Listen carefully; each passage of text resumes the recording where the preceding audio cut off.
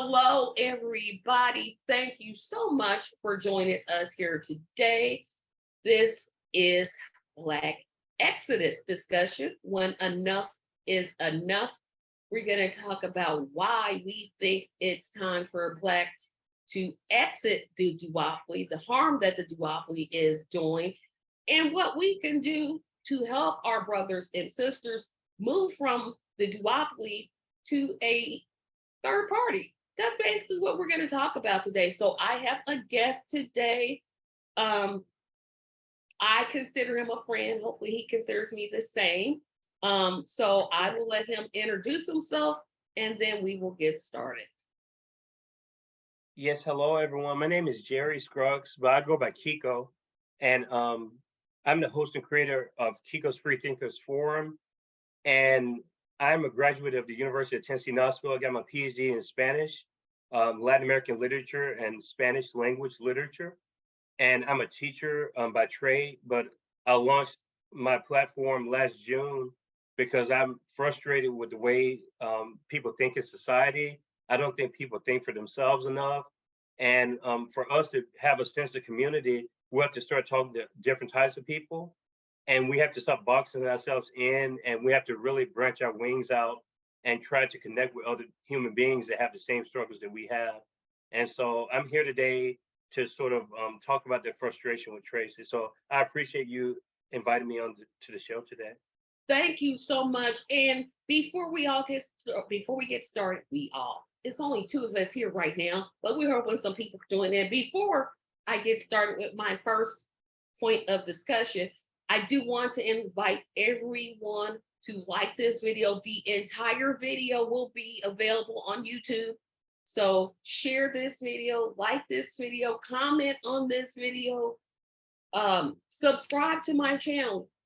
Everybody who follows my channel knows that 1,000 subscribers is my goal for 2023.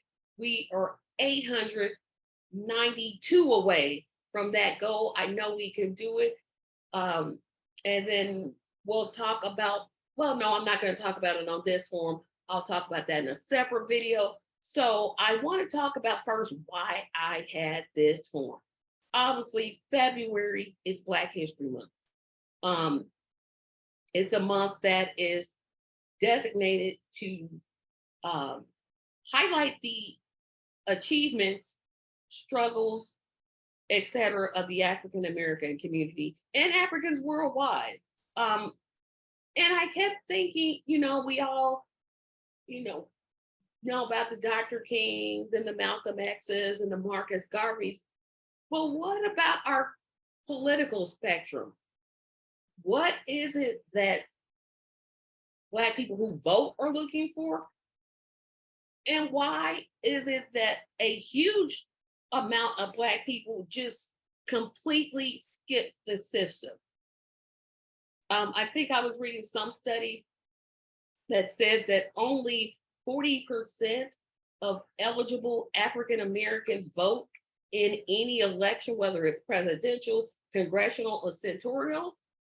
And that we'll talk about. Like, why is that? Why don't we as Black people engage in the process? So first thing is I want to talk about is we know this, and we're going to talk about a lot of things. We're like, I know this, but it still bears to mention. What do you think the whole is? Because, and the reason I'm asking this question is, if you look at the supposed two-party system, it's really one party. I call it two sides of the same coin. But why do you think that Black voters, the ones that actually do vote for the Democrats in such huge numbers, and the work that the Democrats do for Black people is so minimal? It's not matching. If you look at what's said on the campaign trail, that's a progressive message. But when they get into office, it's like, okay, let's just abandon this. I don't understand why Black people, because why they vote Democrat. Some Black people do vote Republican. I don't know any of these Black people, but the most Black people I know, they vote Democrat. It doesn't matter. They're gonna do that vote blue no matter who. So talk about that for a moment if you can. Okay, so I took that as a two-part question. I got the first part about why do Black people vote for Democrats, but it seemed like you had a second part to the question that I may have missed. No, it was one big question. Okay, so this is a very prevalent concern and question. It's a good question, but I've been involved in politics most of my life, and I was one of these type of people. I grew up in a household, a Black household, with two parents that identified as Democrats initially, but my dad is where I get my political influence from, and he's been an independent for years, as far as I know. But there's still this link with Blacks in the Democratic Party because of the 1964 switch after the Civil Rights Bill was passed into law. And so because Black people traditionally have been Republicans in the United States, it actually just flipped around. The Republican used to be the Black People's Party, if you look at history. And that changed, like I said, after Lyndon B. Johnson got into office, and the Southern strategy and all that stuff changed, and people broke away that were originally part of the Republican Party, the states' rights issues and stuff. So it's simply a historical thing of recent history. The last 50 years, Blacks have been consistently supporting Democrats, and it's easy to do because a lot of people don't really understand the importance of voting, and some people have a different view of voting. I just think that a lot of Black people now have come to the realization that voting isn't affecting their tangibility of life, like their everyday existence. And so, why participate in a supposedly democratic system when you don't see any benefit from casting ballots? So, what's the point of participating in a sham when you're not getting anything out of it? And I think that's where not even just Black people, but I think people in general are they don't see the point of voting because they don't see any results that benefit the people. So why support that? That's what I get from Black people. I see a lot of Black Republicans. I think you mentioned something earlier about the groupings, and I think a lot of Black people have been compartmentalized on purpose. We've been put into groups and boxes on purpose so we can be controlled. Um, if you're a Black person now and you support Democrats and Republicans, I would seriously argue that you're just controlled at this point. Because and everyone is really controlled because they place the system in front of us to where we have to support the system. We don't have a system that gives you the right to represent someone that actually represents your values. You're given the option of this is your option. We're funded by these donors and we're funded by these politicians and these bankers. And then you have this option that's apparently a different option that does the same thing as that option. So it is a one-party system. It's a corporatocracy is what it is. And it's been a corporatocracy for a long time. That was a time early along, the Democrats, I believe, were more grassroots and they had an interest in Black people. But even now, I see people who they don't even agree with the Democratic Party platform, which they can't even tell me what the Democratic Party platform is, but they will. It's like they try to justify in their mind why they should be in the party, and they will still take debate every time. There's no. It's like for me, it's like the cops. There's no good and bad. It's like you either agree with policing or you don't agree with it. And so to me, it's like if you're going to get out of the Democratic Party and you have all this evidence that they haven't done anything to advocate Black people and the issues that you care about, then why keep supporting Democrats or Republicans when all they're doing is funneling money in so that they can keep their careers going and not help the Black family in the United States of America or anywhere? Right. I think it's part of what you said. I definitely think that the reason, and this is my own theory, but you said part of why I think Blacks tend to vote Democrat. Again, yes, I do know Black people vote Republican, but it's still not, it hasn't increase up to 10 to 20 to 30%. So I'm gonna say Democrats, but you all know what I mean. The 1964 Act had a lot to do with that switch. But since that switch, you mentioned that the Democrats used to be grassroots. That had to be when I was a child because the Democratic Party that I see now, I literally, I literally question why. Because when I talk to Black people, which I do a lot, they'll say, oh, the Democrats, they don't mean you any good. And I'm talking about the ones that vote, not the ones that don't. They don't mean you any good. They're all crooks. But yet and still, on election day, primary, they're going to go vote Democrat. And the reason they give to me is I don't want to use the word stupid, but it doesn't make sense to me because it escapes my logic is, well, the Republican is scarier. Well, no, they're actually the same. I remember when on my page, point of transparency, huge Bernie Sanders supporter. I mean, I was just huge. You weren't going to tell me anything that makes me like say, okay, I'm going to vote for Joe Biden, which that was not going to happen. But people were like, oh, well, what did Bernie do for Black people? And I would turn that question around with, well, I can tell you what Joe Biden did for Black people. He wrote the crime bill. I can tell you that. And it was this whole, like I give the Democratic Party credit. They know how to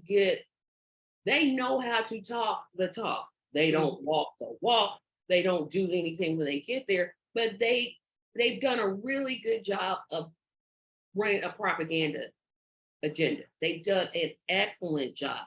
And I don't know how a third party candidate gets past that because I know many Black people who I would love to interview, but who are running as independents.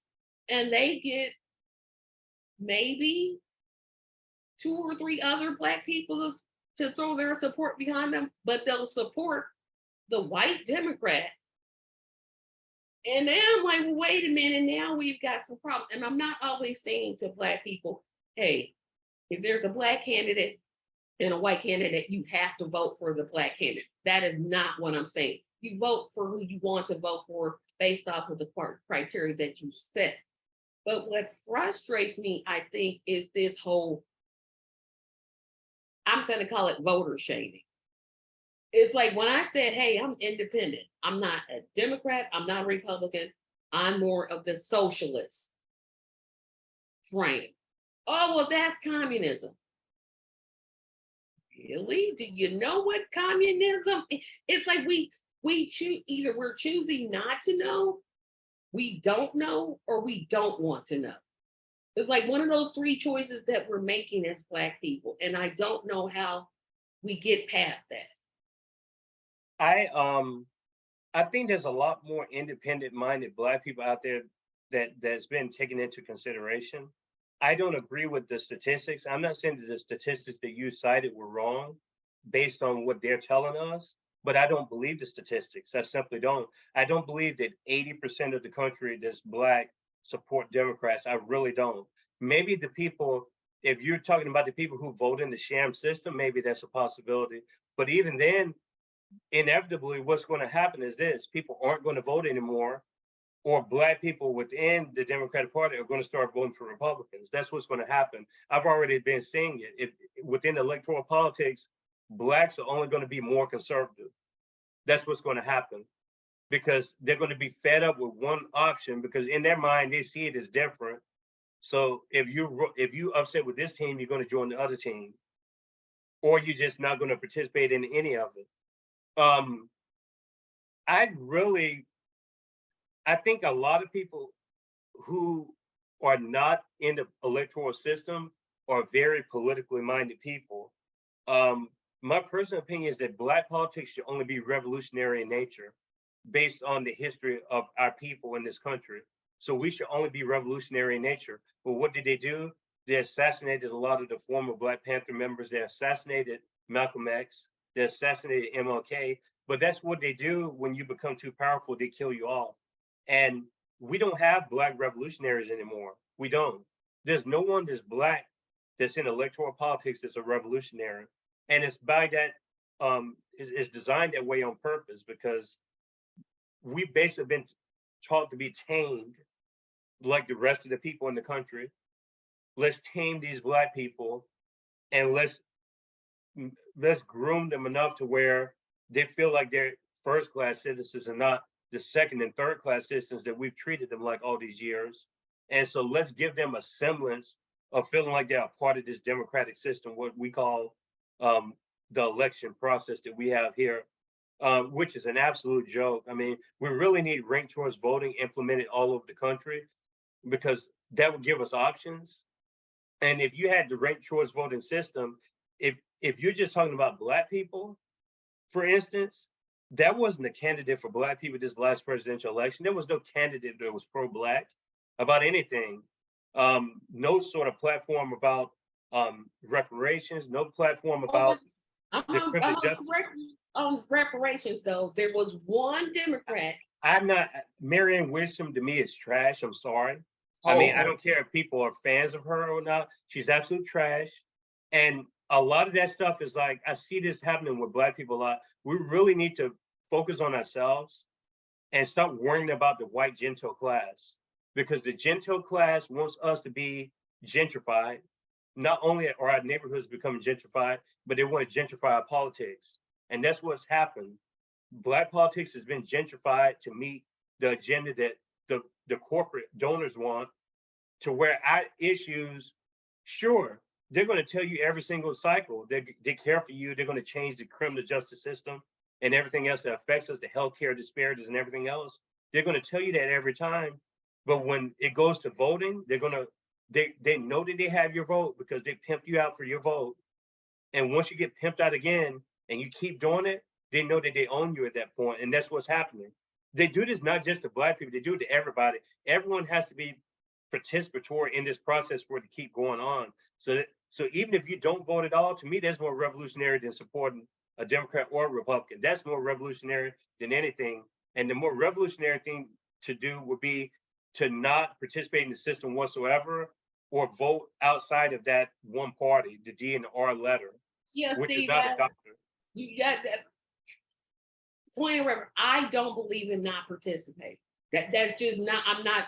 I understand why black people don't vote. It makes perfect sense, but not participating. That to me is a failure to take the responsibility you have. And this is what I said. Every black person says, "I don't vote. I don't vote." If your vote wasn't important, why does Congress and the Senate keep trying to take it away? Why are they taking it away? If you don't matter, then they wouldn't have all these silly rules putting voting places 50 miles out where you live, and you got to show ID and your social security card, bring a blood test, count how many gummy bears are in a jar, and all these other things that they come up with. That's how important our vote is. I'm saying, hey, you're dissatisfied with the system, cool. Vote for this third person. Vote for this third person, campaign for them, raise money for them, and do that. I think if we did that, that's going to be more effective than just, okay, we'll stay at home. Because if we stay at home, in my opinion, it's like the system will say, oh, well, I guess they didn't care. But it's not. But it's not. I think that's just where we have a psychological, ideological difference. Maybe. I think I've been misunderstood a little, only because I'm obviously a political person. I wouldn't even have started the forum if I wasn't a political person. It's just simply, I just don't think that people. I don't think electoral politics solves anything. And if it does, if the theme is Black Exodus, like enough is enough. I was enough is enough a long time ago. I still held hope for Bernie at one point, but once I knew that he was a sham too, I had to say, okay, what am I going to do to educate people to where they feel confident enough to have their own views about the world and not be shamed into participating in electoral politics if they don't want to. people are vote shamed not only because they don't support a certain candidate or party, but they also vote shamed to participate in this sham. So if you think that this is a sham to begin with, there's other stuff that you can do. You can protest on your job, and that's a political act. You can strike. You can cause uprisings outside of the electoral system, and that's political movement in itself. It's not just because it's what they tell us it is doesn't mean it's not important. There's other things that you can do besides voting, pushing in a button every 180 days out of the year that is actually more impactful to your community than pushing some in a ballot box when they're not even representing you to begin with. I'm going to agree to disagree. I agree with what you're saying. I don't think that electoral politics by itself is the answer. No, that doesn't, because you're right. You're just voting for a bunch of knuckleheads that aren't doing anything. They're just kind of just there. I definitely think, direct action and electoral politics, they go together. And I look at, the Amazon workers that got their union. It took them, 2 years to get that? Mm-hmm. They literally beat almost $1 trillion company with basically $150,000. That's all they had. Mm-hmm. Those type of direct actions in terms of people unionizing, they are important. They're more important than electoral politics, but you can't just sweep electoral politics and say, okay, no, that's why I said I agree with what you're saying, but then I'm like, well, no, because I'll speak for myself. I'm voting. I'm doing both. I'm doing both direct action and electoral politics. Both of them. I don't in my mind, I don't separate.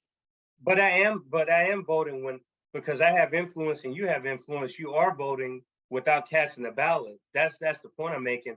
Even if I say something, because people follow you, even if they don't agree with you and stuff. I've been very consistent over the years, and I know the amount of time I've known you, you're also very consistent in your views, and that's good. That means you have principles.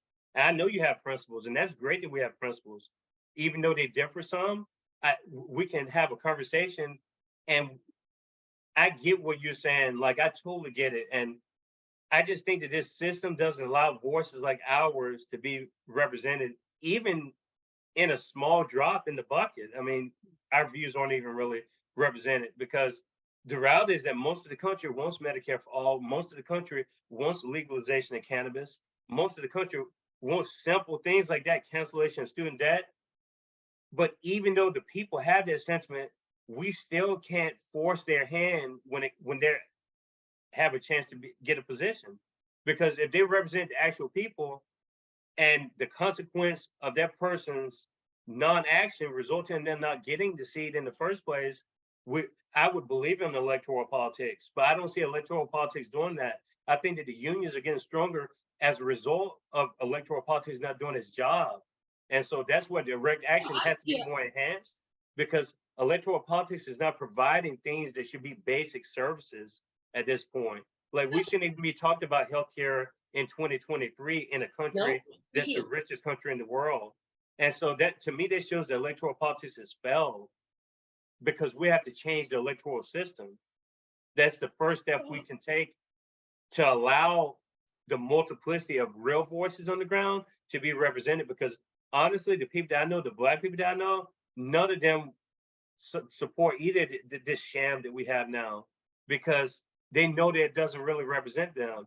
And I think the majority of people, there are more independents in the country than Democrats and Republicans, but they don't want to emphasize that because that scares the people who are in control. They're more independent voters than anybody. It's proven. Pew Research says that, and Gallup says that.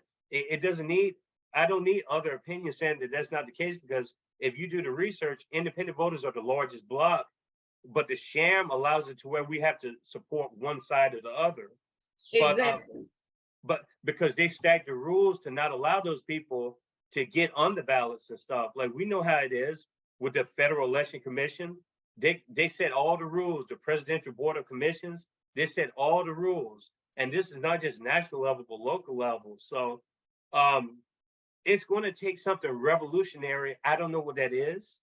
Um, I know gentle electoral politics is not revolutionary, and I'm not convinced that it's ever going to be revolutionary until something makes it revolutionary.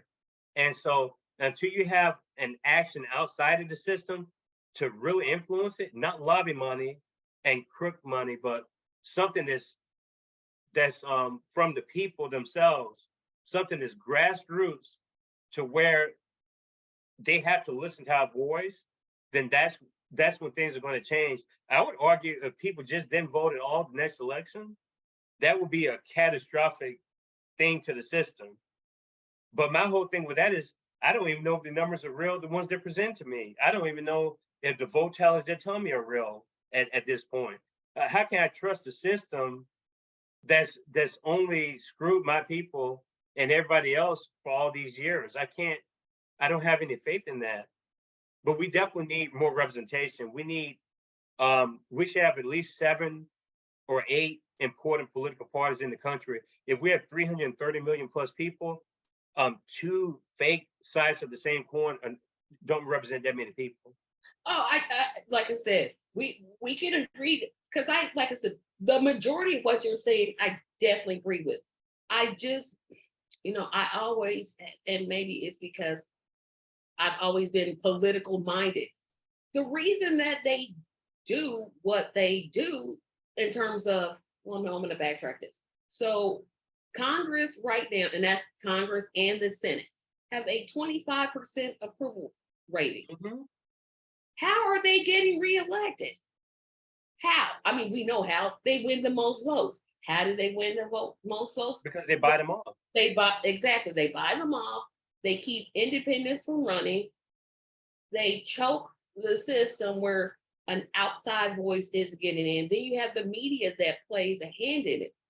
But until people say, you know what, I'm not voting for you anymore. Until you give me, I'm not going to vote for you. I'm going to vote for the libertarian, the green, the socialist. I'm trying to think of all the parties and I can't right now, but I'm going to go this third way because this way obviously isn't working. But I agree with you. Direct action is the way we can make impact in our daily lives because that affects us on elections are either every 2 years or every 4 years. It's one or the other.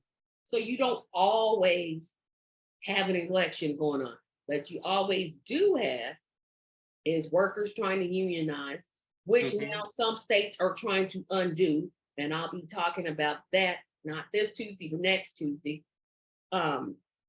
You have the railroad derailment in Ohio that was clearly the fault of a certain administration, which I'm not going to even get into because then this discussion doesn't focus on what I wanted to, which is the Black duopoly. We have all of these things, but until we vote different, we're going to keep getting the same thing. We have to vote different. That means we have to work harder to educate. It stinks. I mean, I've worked a third party candidate campaign. It's the hardest thing that you can do because you're working against a system. You don't have as much money as they have. You don't have the press. You're not going to get the press. You're not going to get the votes. And it's just, I've had literally people tell me, oh, I think that Medicare for all, it sounds like it's a good idea, but it's too big. Are you serious? But in their mind, because they've been brainwashed. I mean, we live in a brainwashed country. You look at countries like France, where the president Macron wanted to squash the union. They turned his lights off. Now, would I have turned the lights off? Probably not. But that got his attention. We are just so used to being, amongst ourselves in terms of how we think and how we move, and especially in the Black community where we're supposed to have this unit, and now we're going to move into this discussion. We're supposed to have this group called the Congressional Black Caucus.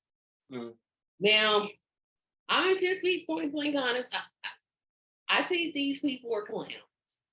I literally went to their website like, okay, the Hispanic caucus has like a platform. They say, okay, we want to do this, we want to do this, we want to do this. The Jewish caucus, they have a platform. They want to do this, they want to do this, we want to do this. Congressional Black Caucus, we want to support Joe Biden's agenda. That's your statement? Like you don't have anything, you don't want to, end qualified immunity. You don't want to get Medicare for all. You don't want to get a $15 wage. You just want to support. That's your statement? And you want me to support you? So I've talked about kind of what I think about the Black Caucus. I'm pretty sure if I know you as well as I think I do, we're going to be 100% in agreement on this. Yeah, 100%. I honestly, that's the reason why I just platform people like independents and minor party people. That's my way of sort of contributing to like the people and getting them the information that they need to see these other options.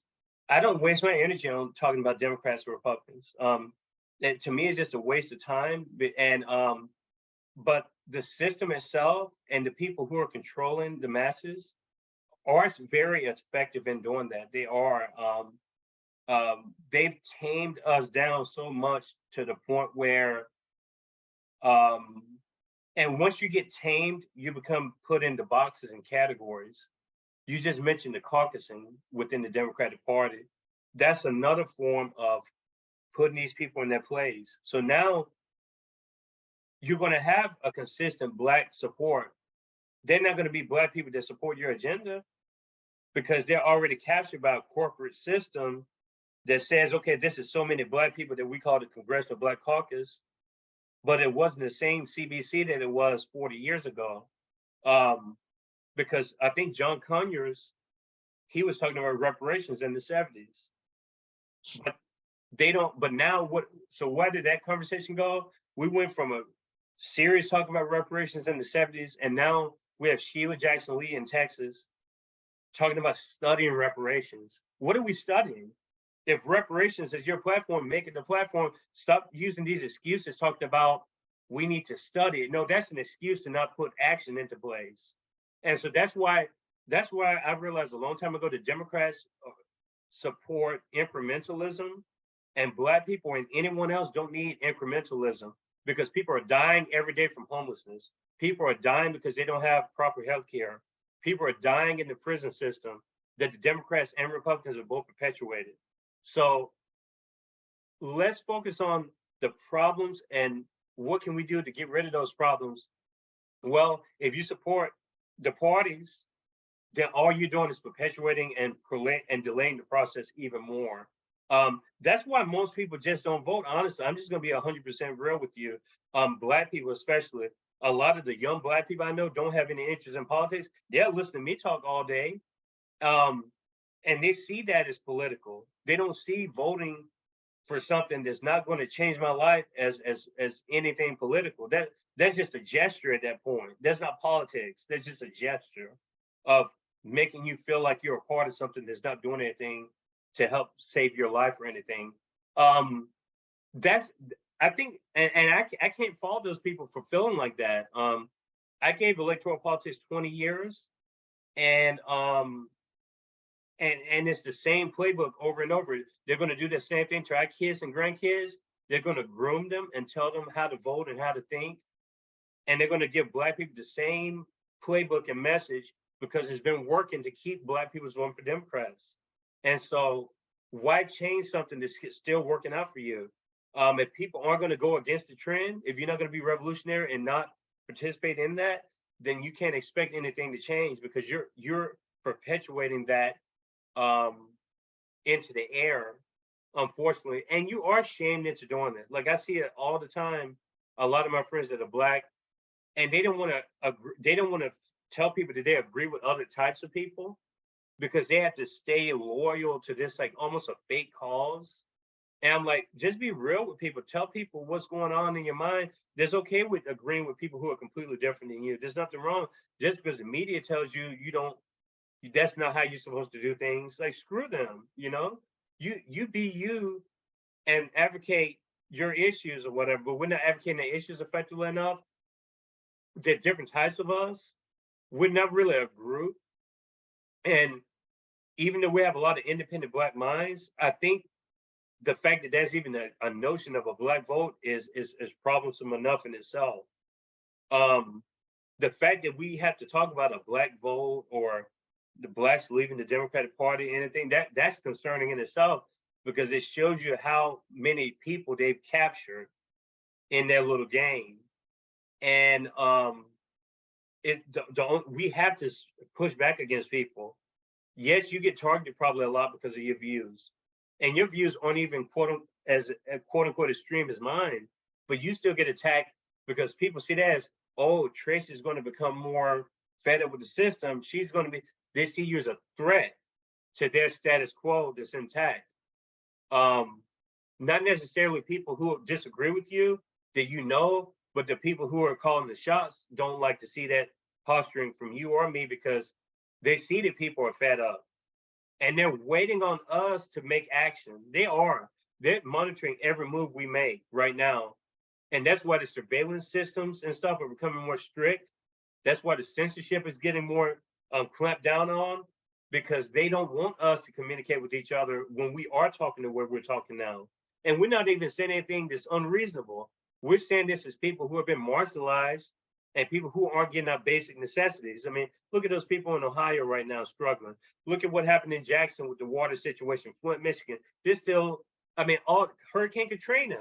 I mean, this stuff, there's a pattern between all these environmental disasters and marginalized groups of people. Exactly.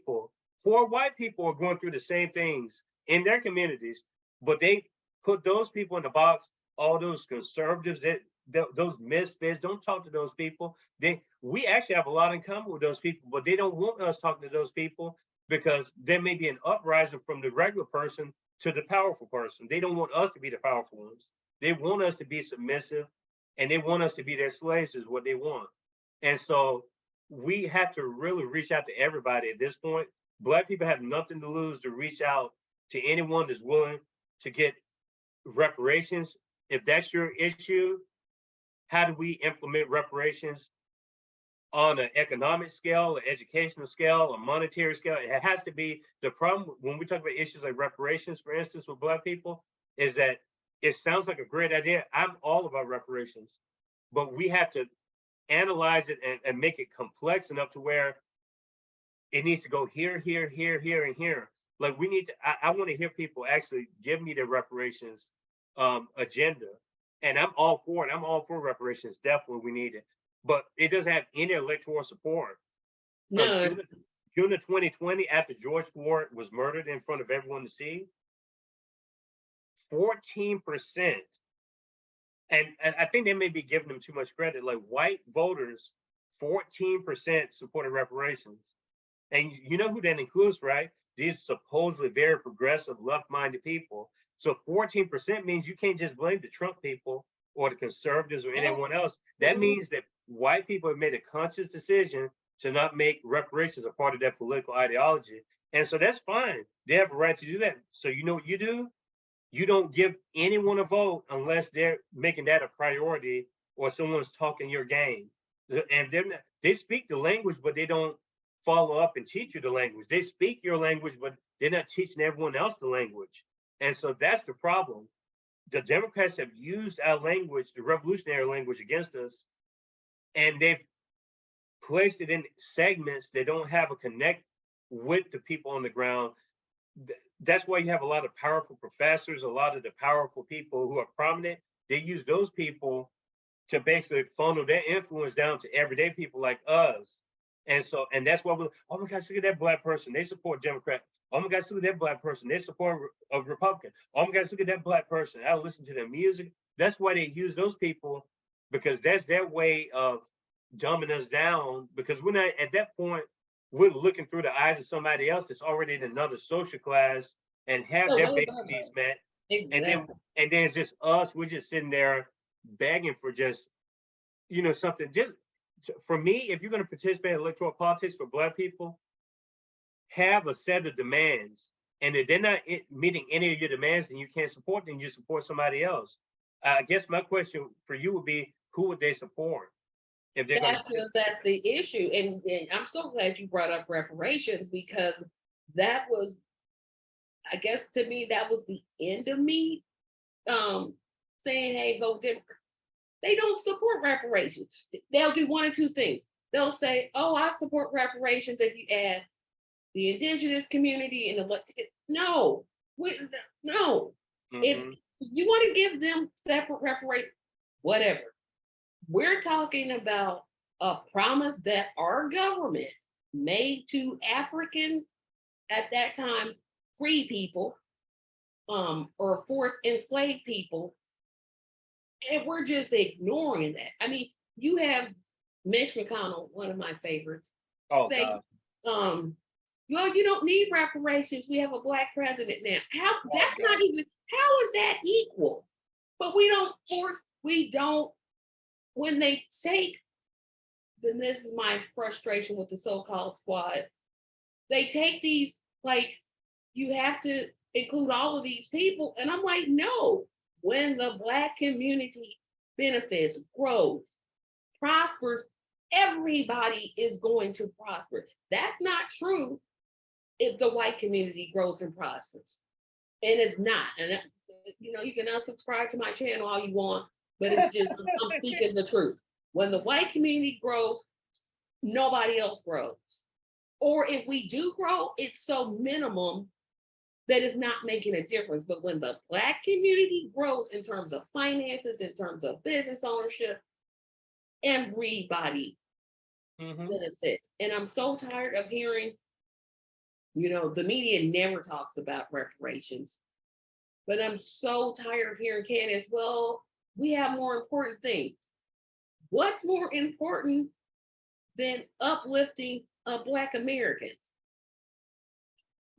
You've literally just told me, hey, you know what? Why don't you sit down, shut up, don't say anything, just keep your quiet, keep your mouth shut, do what we tell you. And I'm not gonna do that. So Mhm. I'm all for reparations. I wish I could have took part of the reparations march, but I learned about it like 2 days before. But it just frustrates me. But what frustrates me more is that I talk to Black people that aren't for it. And I'm like, wait a minute, say this. What?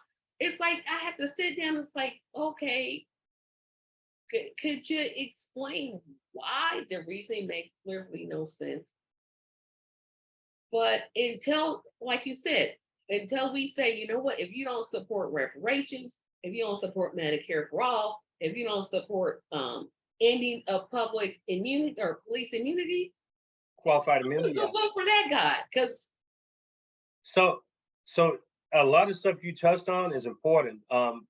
The thing about reparations is this. Without even getting to philosophicals about who would get the reparations, like what type of black people would get them, because this is where I share Jared Ball's sentiment. He's one of the founders of Black Power Media, and he was on my pod um, about 5 months ago, and we talked about reparations some, but if the system was different and implemented the way we wanted it to, we wouldn't even need reparations. Um, my idea of reparations is going to be different from yours. I think a lot of people, if they were presented with what reparations were, they may be more on board with it, but they deliberately don't talk about what the reparations are. Um, the reparations I'm talking about will be, it would be affecting every facet of human life, really. Honestly, it's a human rights issue. Reparations is a human rights issue. Um, because it reinforces the fact that we should be a protected class of people, but we aren't. Um, and people like to cite the 64 Civil War, the Civil Rights Act as that's not evidence of us being a protected class of people. Um, it's very clearly that whoever came up with that bill did not see us as certain. I'm not even going to get into this thing because I'm not trying to get you the platform to anything. But we talked about this on one of my episodes about how when political power is consolidated from a block of people, you can see the tangibility of those results. Black people don't have that.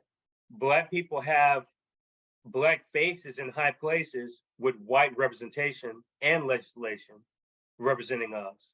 We don't have our own representation. And so really the Congressional Black Caucus is a captured group.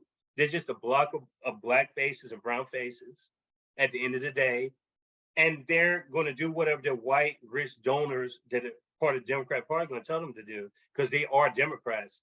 There's no such thing as a progressive Democrat, a revolutionary Democrat, because the party is not a progressive party. That's just like saying there's good police and bad police, but I don't think that the police are in to help out the people. So if police are not in to help out the people, then the police can't be a good thing. So that means the Democratic Party cannot be a good thing, because the people who are supposed to be representing you aren't representing you, they're representing their party, which has no interest in helping Black people. So that's the thing about the reparations thing, is we need to define what they are, and that means something different to every person.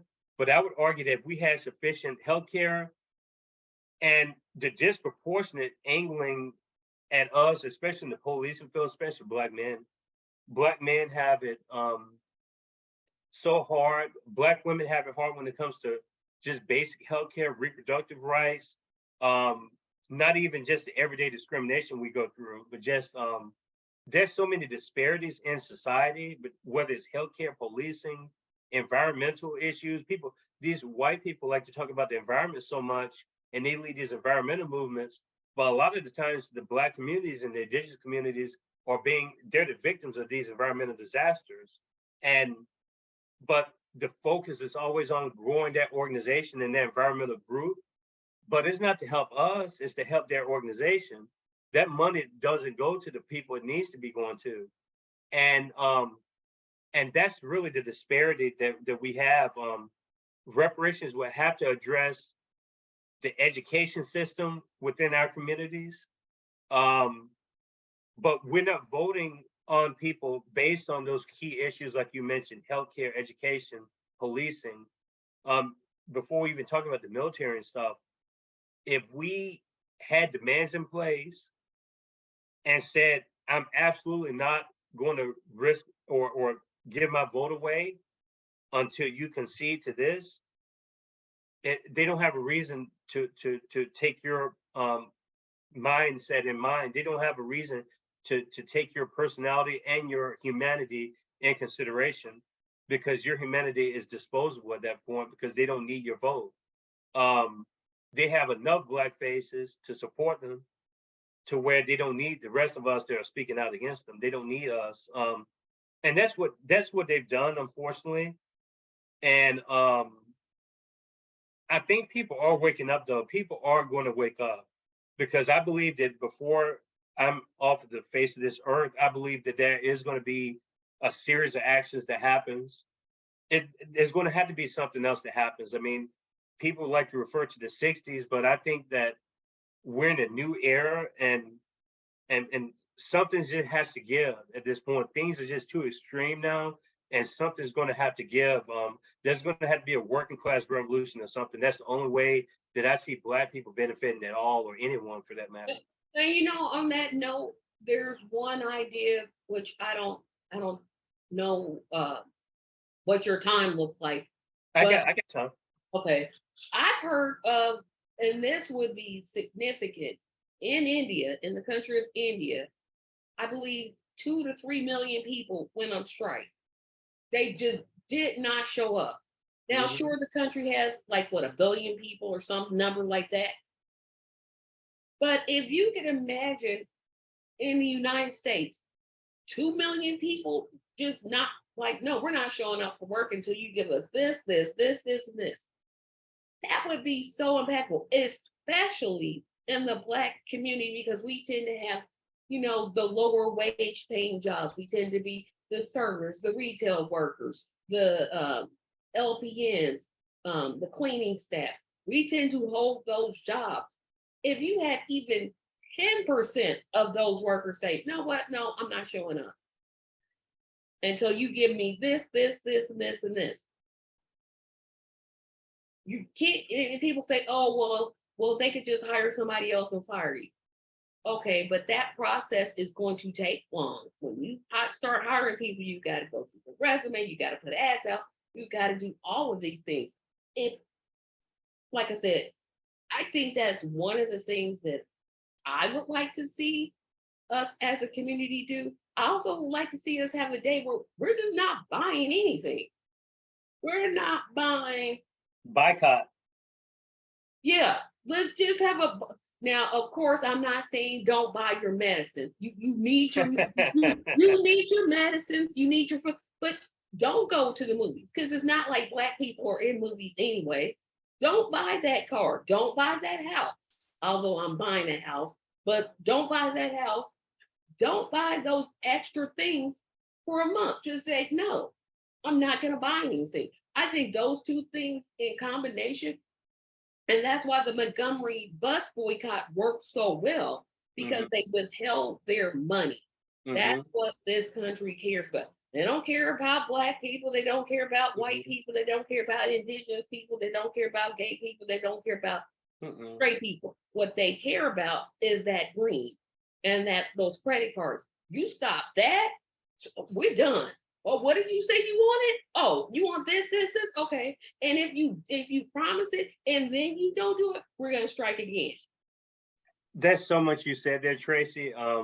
We know that capitalism is the elephant in the room, and capitalism incentivizes money making. That's is literally what I interpret the word as meaning capital, which is basically um, whether we talk about countries like Costa Rica, countries like Brazil, countries like Ghana, countries like Burkina Faso, that have this plethora of natural resources, but all it takes is some transnational company to put their name on it and extract all the resources from that place, and they call it theirs. Hershey's. We know the chocolate's not in Pennsylvania, so what? So how is Hershey's?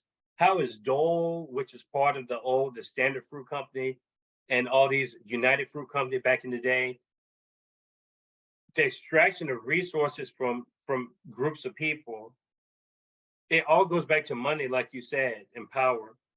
That's what capitalism is.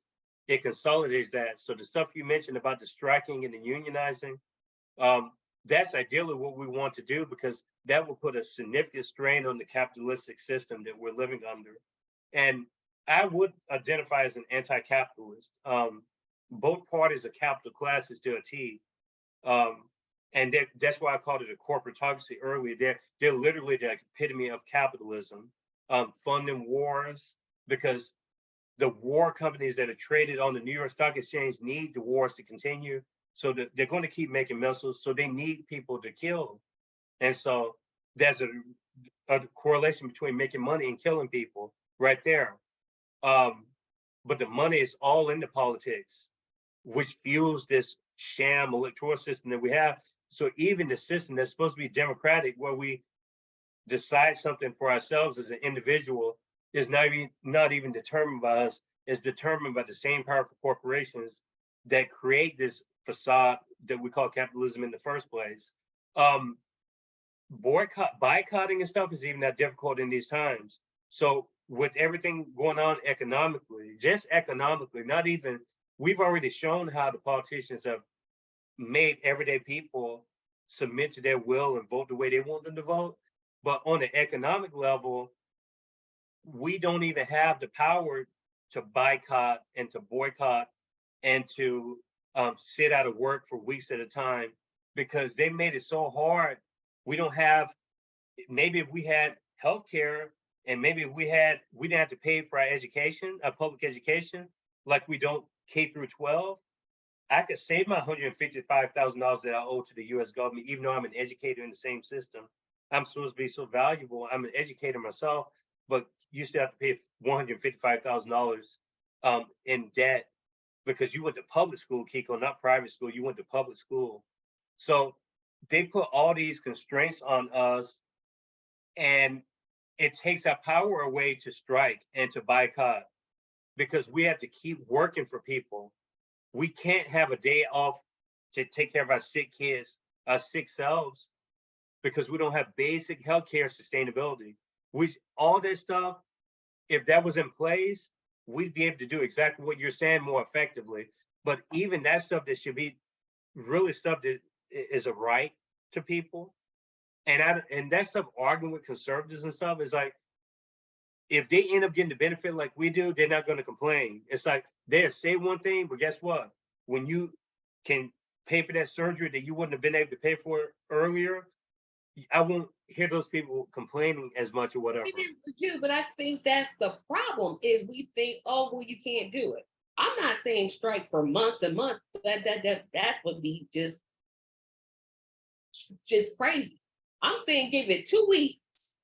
All you need is 2 weeks. You don't need a whole in That's, my that's asking a lot though for we actually talked about this same notion. I brought a friend on that's getting into politics, and we were talking about striking and how can the everyday person affect the system outside of the electoral system, and that's precisely what we're talking about. And with the way grocery bills and stuff are, even not, that would be hard to do. But if you set up a system, because you know you're not gonna just say, hey, for 2 weeks you're not gonna have income. You're gonna have to eventually, put away, set up some type of system where we're putting away funds. Because, like I said, everybody's not gonna do it. Somebody's going to go to work. Somebody's gonna That's true. cross the line. That's basically.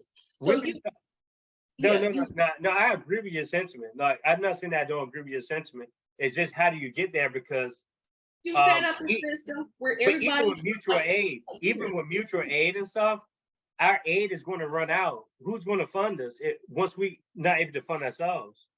If mutual aid, like Jay Carrico was saying in episode 18, it should only be a stopgap measure. We can't expect everyday working class citizens to keep giving in to mutual aid, because let's just say we're trying to protect 1,000 homeless people and get them housing, and that money, that mutual aid can go through for 2 weeks to see maybe they can get a job interview, they can maybe get a job, these people in question. How realistic is that? And you're still going to have people who are looking for homes on top of that. So the only way that would work out, it would have to be, where would the funding come if it's not from the everyday people? Because that's asking a lot for people like ourselves. Like, I can barely keep groceries on the table with 2 kids. I just think that would be a strain on us, and then where are we going to get that help from then at that point? And then it's like we're back to square one again. But no, I agree that should be the goal. But the question is, how do we sustain that in case we did want to go on strike for 2 months, for instance? If we want to go on strike, There's groups working on this, and I wish I could name one of the groups, but they've been working on this for like years, and I mean more than 2 years. That they're creating those mechanisms, because obviously if you're going to say to somebody, hey, be out of work a month, well, you have grocery bills, you have light bills, you got gas, that's not going to stop just because you don't go to work.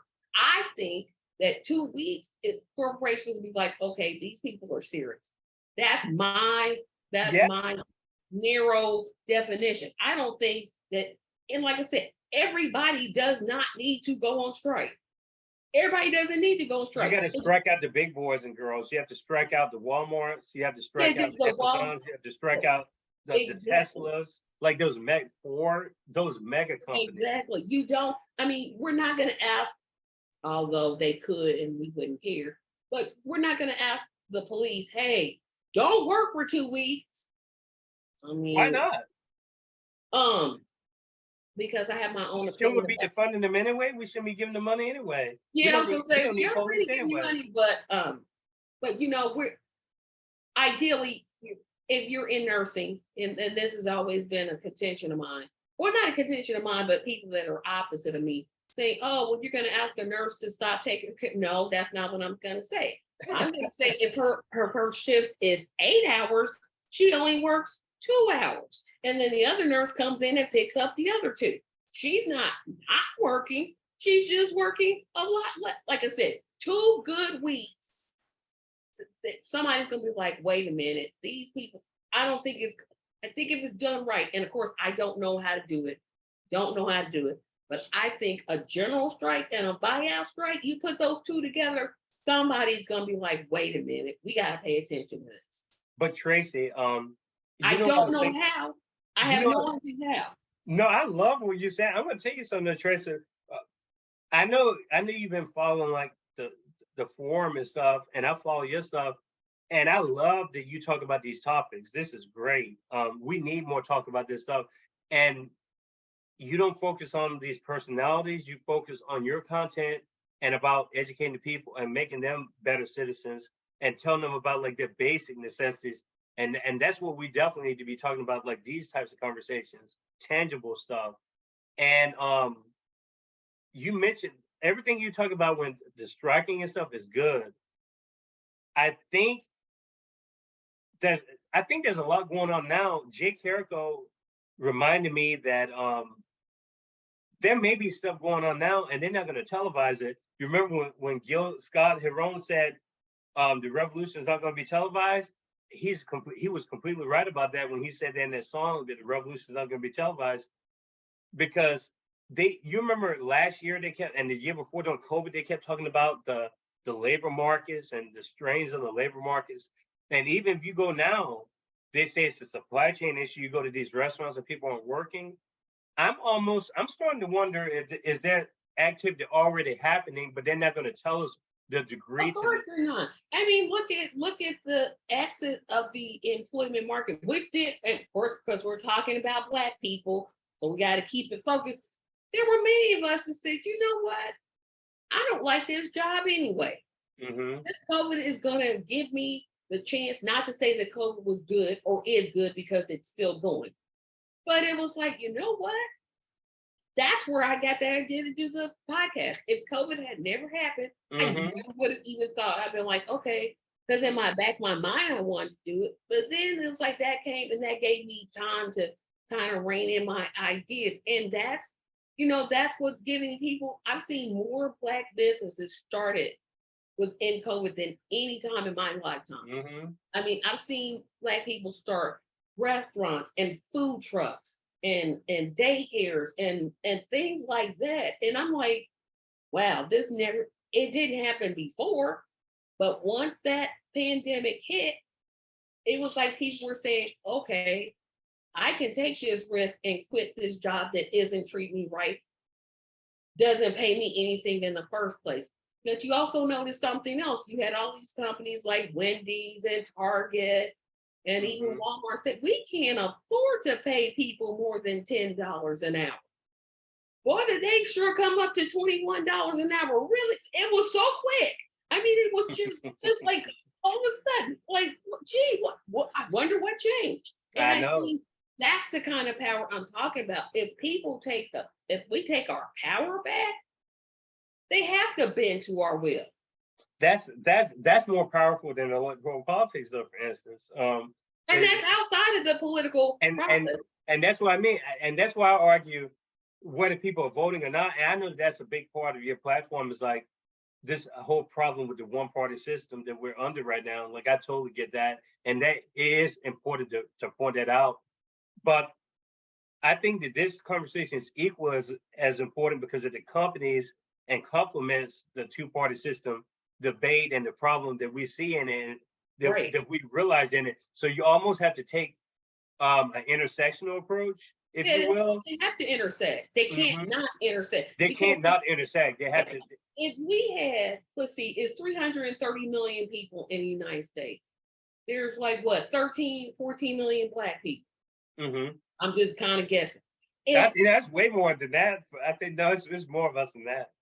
I thought Yeah. it was not that many of us left. Yeah, you're right. But you're right, 13, 14%. Yeah, you're right. You're We're right. 13, 14%, not million. We're Yeah, 13, 14% of the there you go. population. Okay, Thank you okay. for the correction. So I'm assuming there's like what, 50 million Black? I'm just gonna say 50 million. hmm Point is contention. 5 million Black people say, no, we're not going to work. We're not going. You think some dumb politician ain't gonna be like, well, wait a minute. You think the media is not gonna ask them about that? That's what I'm talking about. Taking the electoral hmm and combining it with the direct actions. to me, they have to go together. They can't, Mhm. you can't just have direct actions, because the change is going to come in the changing of laws, the changing of statutes. Those two things have to happen together. So Mhm. that's why, yes, I agree with you that um, direct actions have power, but I can't just ignore, I'm not going to ignore legislative or the electoral process of it, because I think that's important.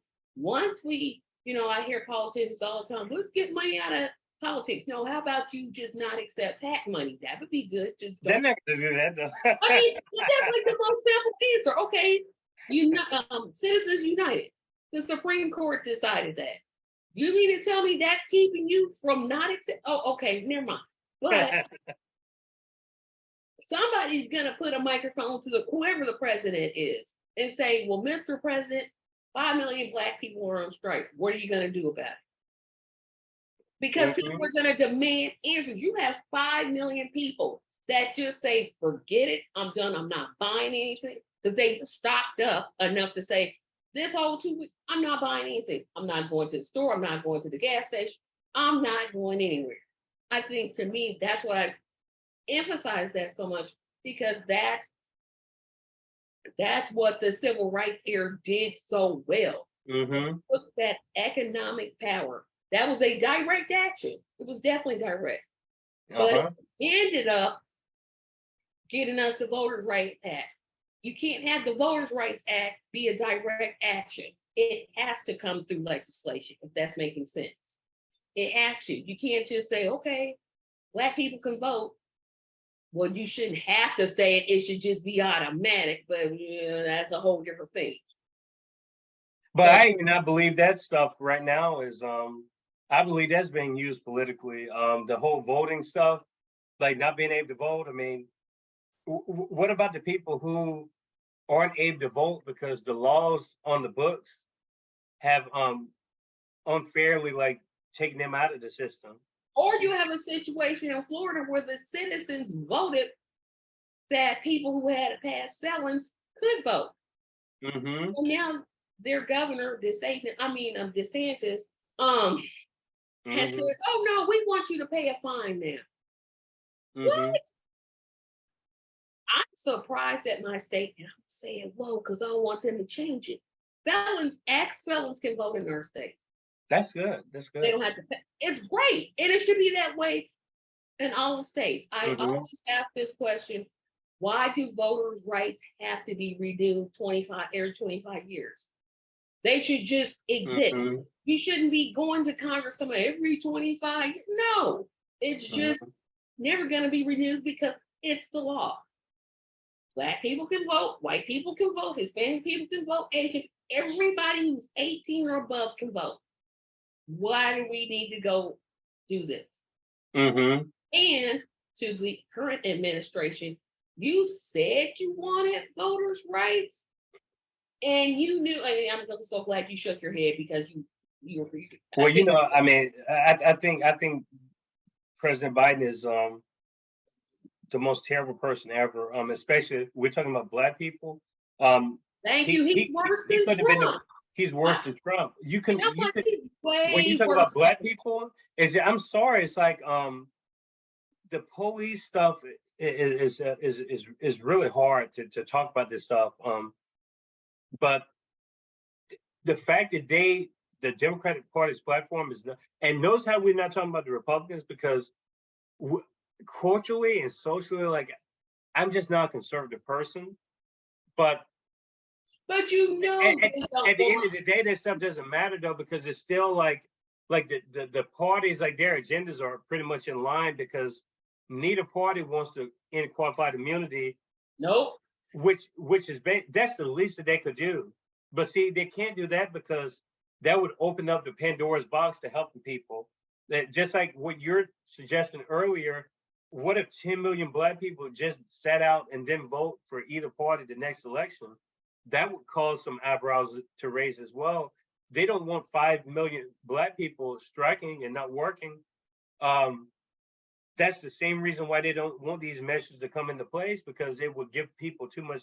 It would take Right. them up. Thank also. But the example I was going to use, and this is where I think the Black community gives the Democratic Party a pass, and I'm like, why?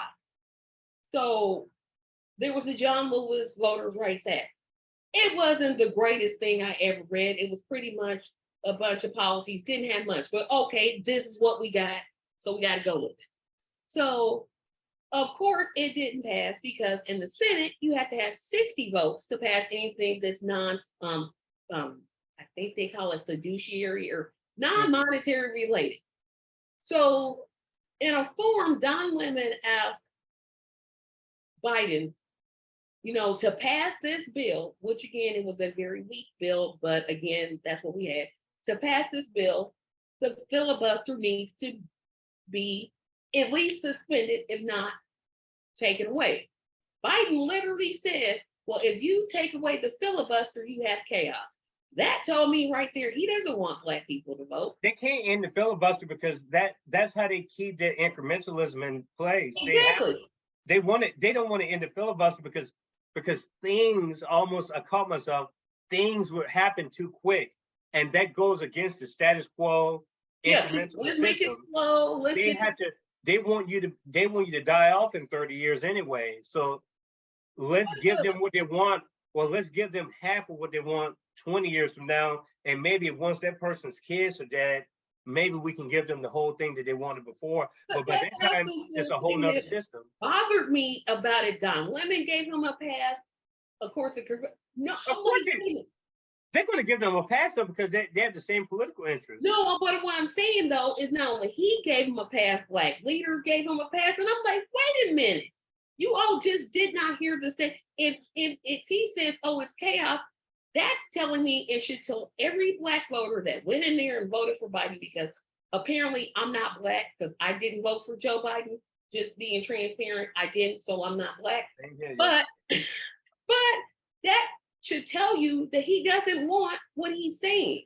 He's literally saying, oh, I want it publicly, but this is what it takes. One, the filibuster is not anywhere in the Constitution. You could literally have 51 votes and pass something, but it has its roots, like America, in racism. It was put there to keep certain Black legislation that would benefit our community off the table. Mm-hmm. You mean to tell me you as a Democrat can say, oh, this is terrible? Look at my least favorite president, Obama. He had 60 senators. Did he pass a Black hate crime bill? No. Did Bill Clinton pass a Black hate crime bill? He has the puppet strings on him, but you can't do anything when you're but not you have to be willing to be a puppet. See, he's a willing puppet. That's what upsets me about Obama the most. But all of them are like that, though. It's not just him. But I'm talking about him specifically because he's the only Black one out the bunch. So I got to, focus in on that one. Because it's like you're willing. You're saying, oh, it doesn't work that way. No, that's exactly how the system works. You have 60 senators. Let's look at all the Democratic presidents we've had in my lifetime. Jimmy Carter didn't pass a Black hate crime bill. Bill Clinton didn't pass a Black hate crime bill. Obama didn't pass a Black hate crime bill. Who was after? Biden, because we've only had 4 Democratic presidents in my lifetime. Yeah. None of those 4 passed a Black hate crime bill. But you passed the Asian hate crime bill. You passed something for the LGBTQ community. I'm not even saying they don't need it, because I would never say something that silly. You're telling me you're calling Black people the backbone of the party, and you can't do nothing for us? But that's good. That's lip service. Yeah, that's the thing that they do, though. They Blacks are obviously valuable because they convince enough Black people that this is the party for you. It's like Martine Harpatine Wilson said in the first episode that he did with us. It's just like renewing your subscription every 2 or 4 years. It's all you're doing is renewing your subscription to the party that's supposed to be representing you or whatever, but you're representing. The thing about subscriptions is this: is it your agenda or is it their agenda? Are you subscribing to their agenda? What are you subscribing to? And are you subscribing to your own principles, or are you subscribing to somebody else's agenda? And I think people really have to question themselves when they tie themselves to these corporations. I mean, the Democratic corporation, Republican corporation, is really what it is. I mean, if you want to use the capitalistic lens, I mean, they're basically just corporations anyway. The parties are. And I think that's why I wanted to do this forum, because it frustrates me. I Mhm. hear Black people saying the system is terrible, but you still keep voting for them. Why? I don't. That's my core question. You Mm. know they're terrible. You know they're awful. You know they're not going to do anything that they say. But time after time, you'll go in there, you'll vote for the sorriest piece of poop Democrat because they're Democrat. But What? but What? I guess my question to that, or my, yeah, it would be a question response would be like, why should it really matter if they're leaving the Democrats or the Republicans? I mean, I guess that whole thing is, I think a lot of Black people struggle, and I know I did early on before I exited the system completely.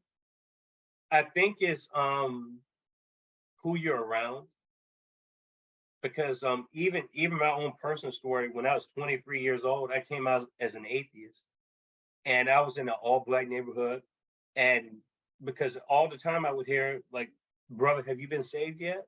Like all the time, it's like I still hear it from time to time now. Like, "Have you been saved? Do you go to church?" Not as much anymore, but at the time when I was 23, a Black person coming out as an atheist, uh, Well, I was the only person that kind of knew. I was the only person I knew of at the time in my area. There were obviously other Black atheists, but they weren't open about their atheism. And I'm not even saying that you have to be, but the fact that I was able to take ownership of my mind and say this is how I feel about the world and not be condemned felt liberating, because my family was okay, with that.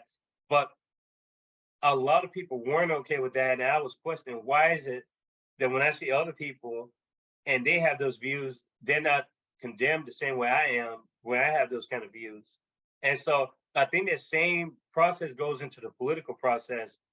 Black people are shamed the most out of anybody. It's not an exaggeration to say that we're ostracized in public life. We are ostracized in public and private life. And so even things as simple as pushing a decision to vote for a candidate goes under condemnation, because we're expected to do things not for us, but we have to do what everyone else tells us to do. yeah, for the Um, greater good. I know. the greater good. I, we have to be free thinkers and independent minded people. Even though there's pressure, because it's a kinship network still, and I understand why we have a kinship network. We've been through a lot together. Um, it's just like my wife. She says I can see the connection between Black people, because we don't have that. My wife is white, but she says we don't have that where you can literally go anywhere, Kiko, and you can be in the grocery store and you nod at someone and someone gets it. That acknowledgement of the other person, it still means something to me when I see another Black person, even in the store sometimes, and we're the only ones in there. It's a connection that we have with each other. I think still we're always going to be tied together, and that tying together goes against us sometimes, because people expect us to think the same way about stuff, but we don't have the same thoughts. We can be our own people, but still get each other in certain ways too. But I think people use the vote shaming, and it's going to affect us more because we have these big constraints and barriers. Like even within religious households, like I didn't come from a necessarily religious household. When Black people are gay, when Black people are trans, when Black people aren't religious, if we're anything that's outside the quote unquote norm, we take more criticism. And so that goes into the voting too. It Yeah, because, that well, that pressure goes there. And I think I know that there are, because I see these people, my cousins that I talk to all the time about politics, my dad, if he was to go in and push his selection for somebody, it would be hard for him not to support the Democrat, even though he's taught me so much wrong about the Democrats. It's still for him. he can do it now, but he said it took him 50 years to get to that place. It takes time. But It took him 50 years to get to that safe space to where I don't care what anyone thinks anymore. This is what I am now. And that's why a lot of Black people got 1 foot in and 1 foot out of the duopoly for that reason. It's that pressure. It's that extra voice that's saying, come on now, can you do this? And it takes a lot, yeah. Right. And you know, I'm the exact opposite. Because you're the first Black atheist I've ever met. And I'm like, that's possible? Really? Oh my God, really? I'm the first? The first one, I'm like, hey, I guarantee you that I'm not the first. I'm the first one that's told you about it. Yeah, that's told me about it. I'm like, huh, what? In this mind, right? And I don't even like to say Christianity is a religion because I don't even think of it's just it's who I am. Absolutely. And so when I think about these lying politicians, and know they lying. Where the one place they go when they want the Black vote? I'm gonna let you answer this. Where the one place they go? I want you to tell me. You already know. I already know, but I want to hear you say places that they never go to. But then name the one specific place I'm talking about. I'm talking about some place. The church. Oh, of course. No, they lying. I'm like, you gonna really do this in the house of worship? You really gonna do this? Not just the churches. They will go.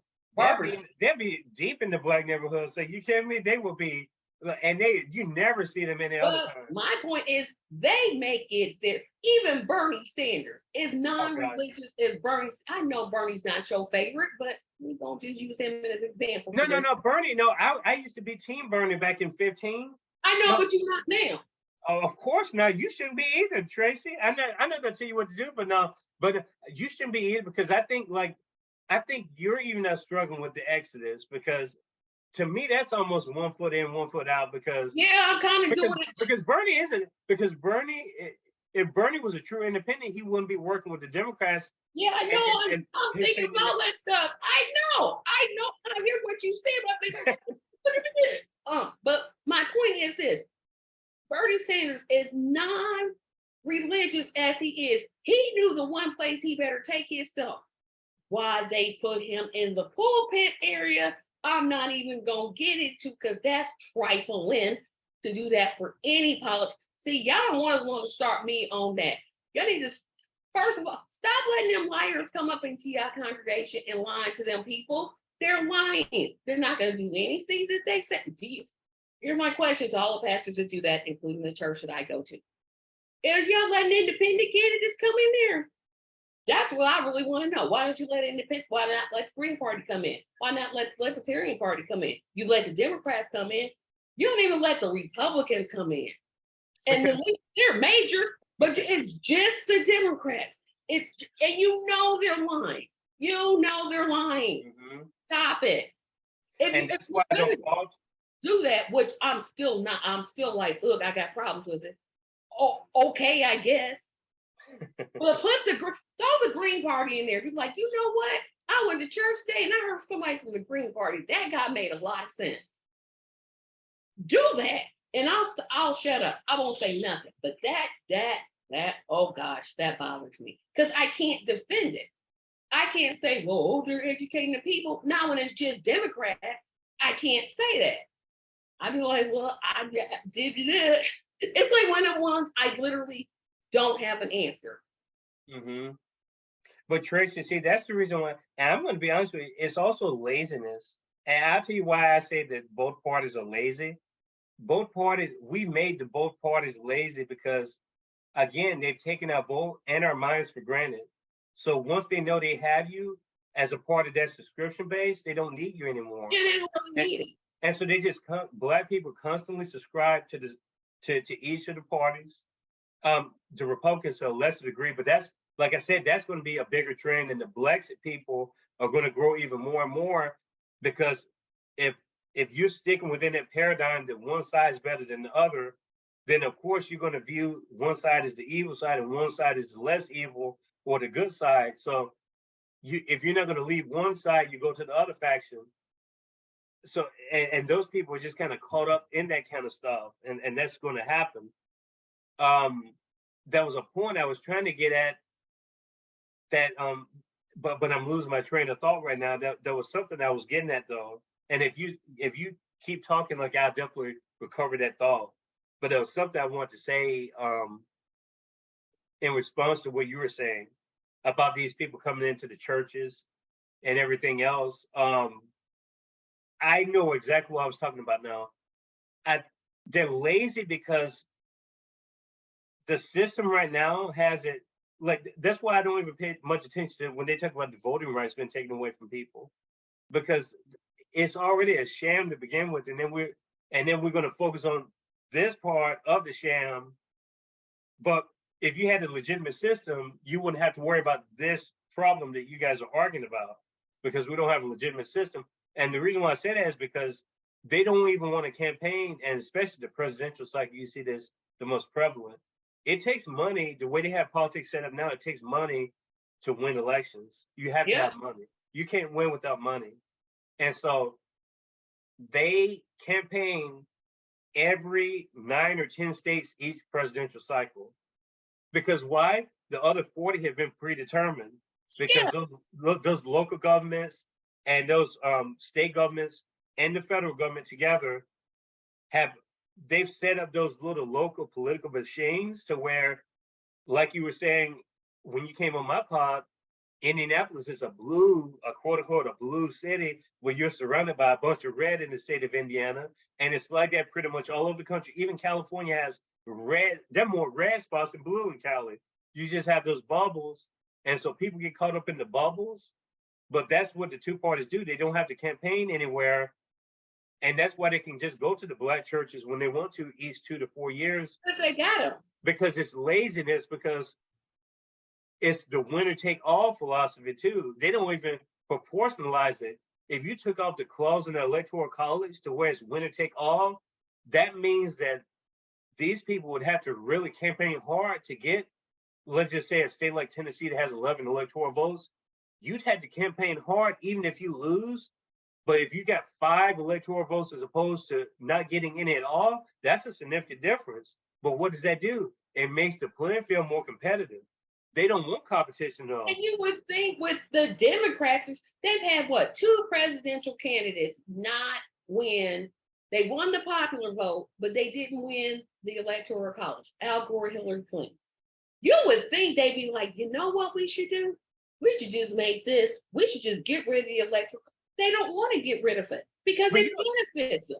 you don't even have to get rid of the electoral college. All you have to do is drop that winner take all clause. If you take off the winner take all clause, it's just like the Democratic primaries.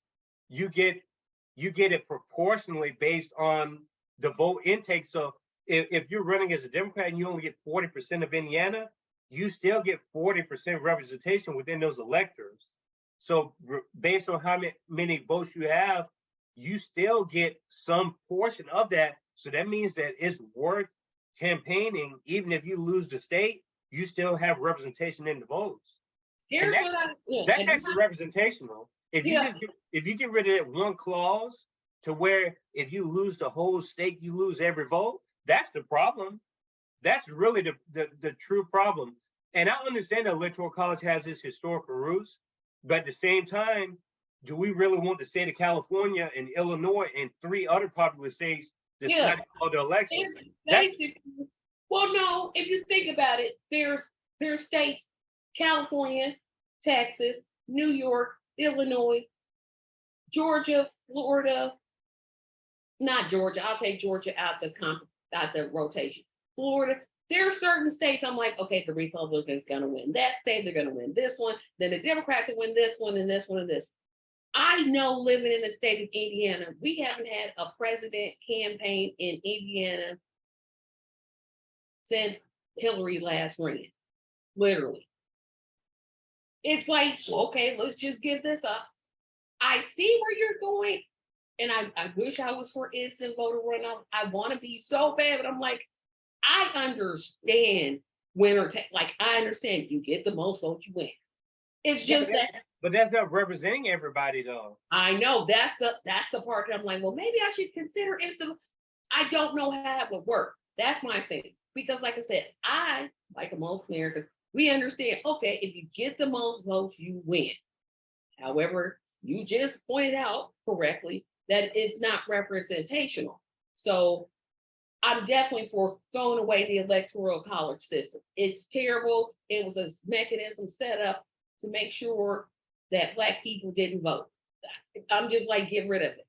What you I doing get with? that. I get that, but it's been around since the beginning of 1787, whenever it was. But like I said, even that is not even the big problem because we have to work within the system that we have. And That's and true. and like I said, whether it's the electoral college system, whether it's a popular vote system, it's still a popular vote. It's just state by state. I mean, you can analyze that from any angle you want, but if you took that one clause away, you would see a lot of the problem with that is this: they would have to campaign every single state, and that would strain their money.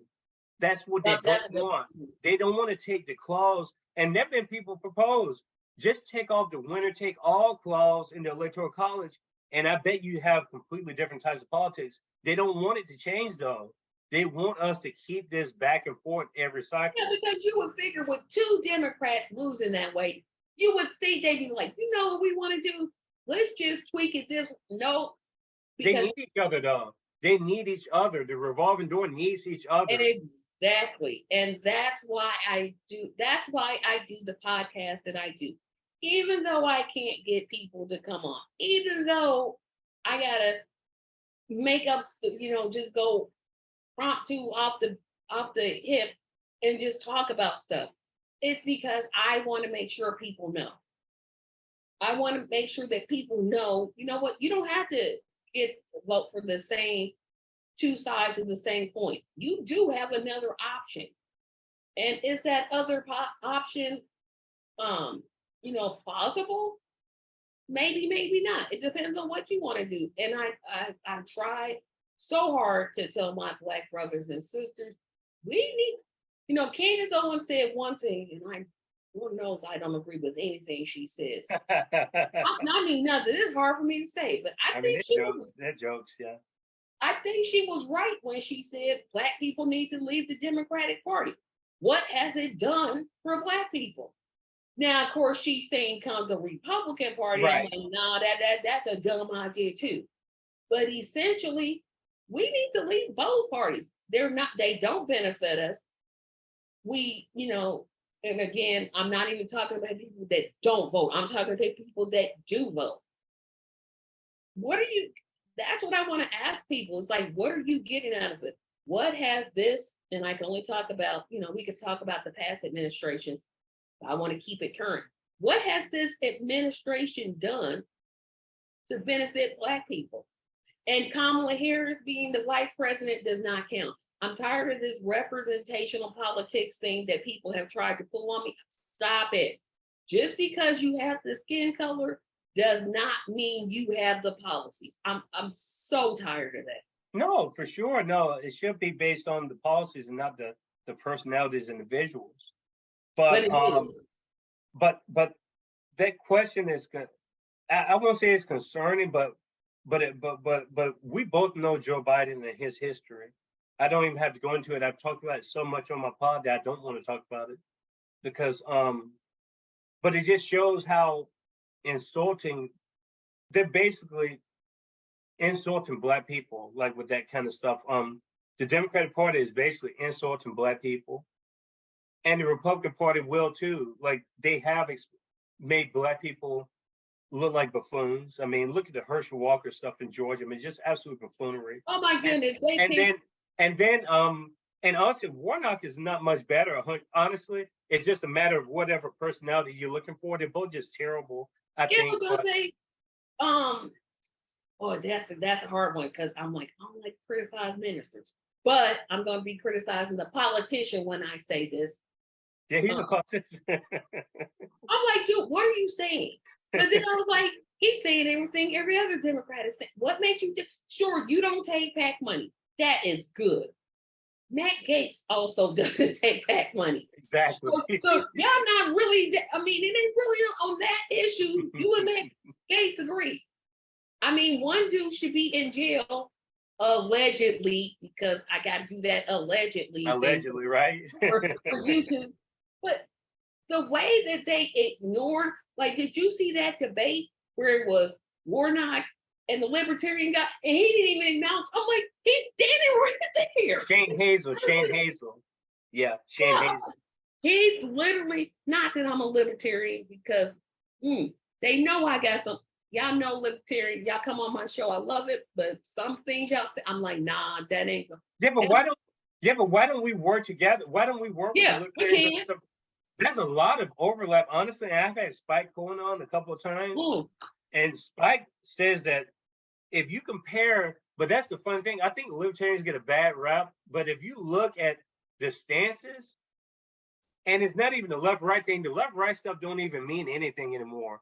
But if you're basing it on policies, the Libertarian Party platform is more pro-black than the Democratic Party platform. Just look at their stances. They're for ending the drug war, just like the Green Party is. If you want to line up their profiles, I'm gonna have to line it up, because boy, that would irritate me. Yeah, you really have to. Now, the way someone gives a message may be different. I think where the Democrats are so effective is that they message things to where, ooh, it hits the right cadence on Black people. It does, but they don't do anything. Yeah, right. I call myself again. I almost said something, but they speak the right cadence to the people that they need to talk to, because they have the agents that they send out into the streets, and like you say, the local churches and everywhere else, the basketball courts. I've seen them everywhere, but they have their messengers that they send out. But if you look at these platforms, the libertarians are, and I'm not even a libertarian. I'm a left libertarian. I identify that way, but not libertarian party. Libertarian in the sense that I believe in autonomy of the person. So that means that I believe that you should be free to express yourself the way you want to, whether it's what you say or what you dress like or who you want to be. So you can be whatever you want to be. And I'm all for that. You should have a right to an abortion. You should have a right to all this stuff. You should have a right to own a gun. That's why I say I'm a libertarian. And that's mainstream libertarian thought. I don't know what's so threatening about that. It does have the perception of being an old white man's club. I thought that initially, but I'm seeing a lot more Black libertarians pop up. I've met a lot of Black libertarians, which I was shocked. But there's a lot of stuff when it comes to healthcare and stuff. I have disagreements and stuff. But a lot of the stuff, like the anti-war stuff, there's a lot that we have in common. The justice system, the libertarians, they got it going on. They're speaking the language that the Democrats should be speaking, but the Democrats don't want to end qualified immunity. The Democrats don't want to end the drug war. They don't want to end the private prisons. But that's what I mean. Look at these people and what they stand for. The libertarians are actually more pro-Black. If you want to base it on issues that disproportionately affect us the most, I would argue that the libertarians that I disagree with on a lot of stuff are more pro-Black than the supposed Black Democratic Party. Just look at the platform. Everybody's more pro-Black than the Democratic. But that's going against conventional wisdom, though, because that's not what they tell you. Because when you see all the faces, look at the beautiful Van Jones. Oh, he's so beautiful. And Don Lemon, the beautiful Don Lemon. They have all these beautiful Black faces on television telling you otherwise. Roland Martin, all these people, they're all arms of the Democratic Party. Candace Owens she's arms of the other plantation, the other color plantation. She's on the red plantation part with the Black people, and these are the blue plantation people. Well, what I'm saying on the Warnock thing is, I got some concerns with it. He completely ignored it. I'm like, he literally Walker didn't even show up, and you just talk. Whoa, Walker, the guy is standing there. That just was like, you know what? If I'm in a debate, and I look here, audience, because y'all keep on asking me this, I'm not running for office. But if I ever did, and I'm in a debate, I'm going to at least acknowledge that person standing there, because they're, one, a person, and two, they're standing there. I'm not to just be like, oh, well, Herschel Walker said, He's not there. He didn't think it was important. The other guy did. Don't like that. But what I think is when you hear words and they don't have meaning, and that's what I wish that Black people would kind of just like you're turning it, like the engine is starting to turn because the tide is turning, but I need you to flip it all the way on, because until we say, hey, you know what, if you don't vote for reparations, Joe Biden, Kamala Harris, congressional, I'm going to vote for this third party guy. I don't care if he's libertarian, I don't care if he's green, I don't care if he's the Black Socialist Party. I don't care. You're not doing your job. I'm going to vote for this person. And here's another thing, and I'll let you make another point here. This is to the people watching. Stop calling Black independent sellouts. We are not ridiculous. sellouts. That's ridiculous. What are you talking about? We're advocating for you. I'm not selling out because I had said, during the 2020 election. Yeah, I said during the 2020 election, if Bernie Sanders doesn't get the nomination, I'm voting third party. And I said it early, I said it often, I said, here are my problems with Biden. He, of course, proved it by the whole, if you don't vote for me and you're Black, you're not Black. Y'all gonna really say he was too familiar and you had no problem with it? The amount of Black people that didn't have a problem with that statement bothered me. I don't know why it bothered me. I don't know why it set me off, but I'm like, y'all gonna really let him say that and not say, no, well, he was too familiar with the Black community. No, the man is a racist. And I won't even allegedly that, because that's been proven. There's nothing allegedly about it. Since you brought this up or whatever, and I almost I was like, I should have been taking notes so I can get my train of thought in. When there's so much that you're saying that's just hitting the strings. I tell you, it's hitting the right strings.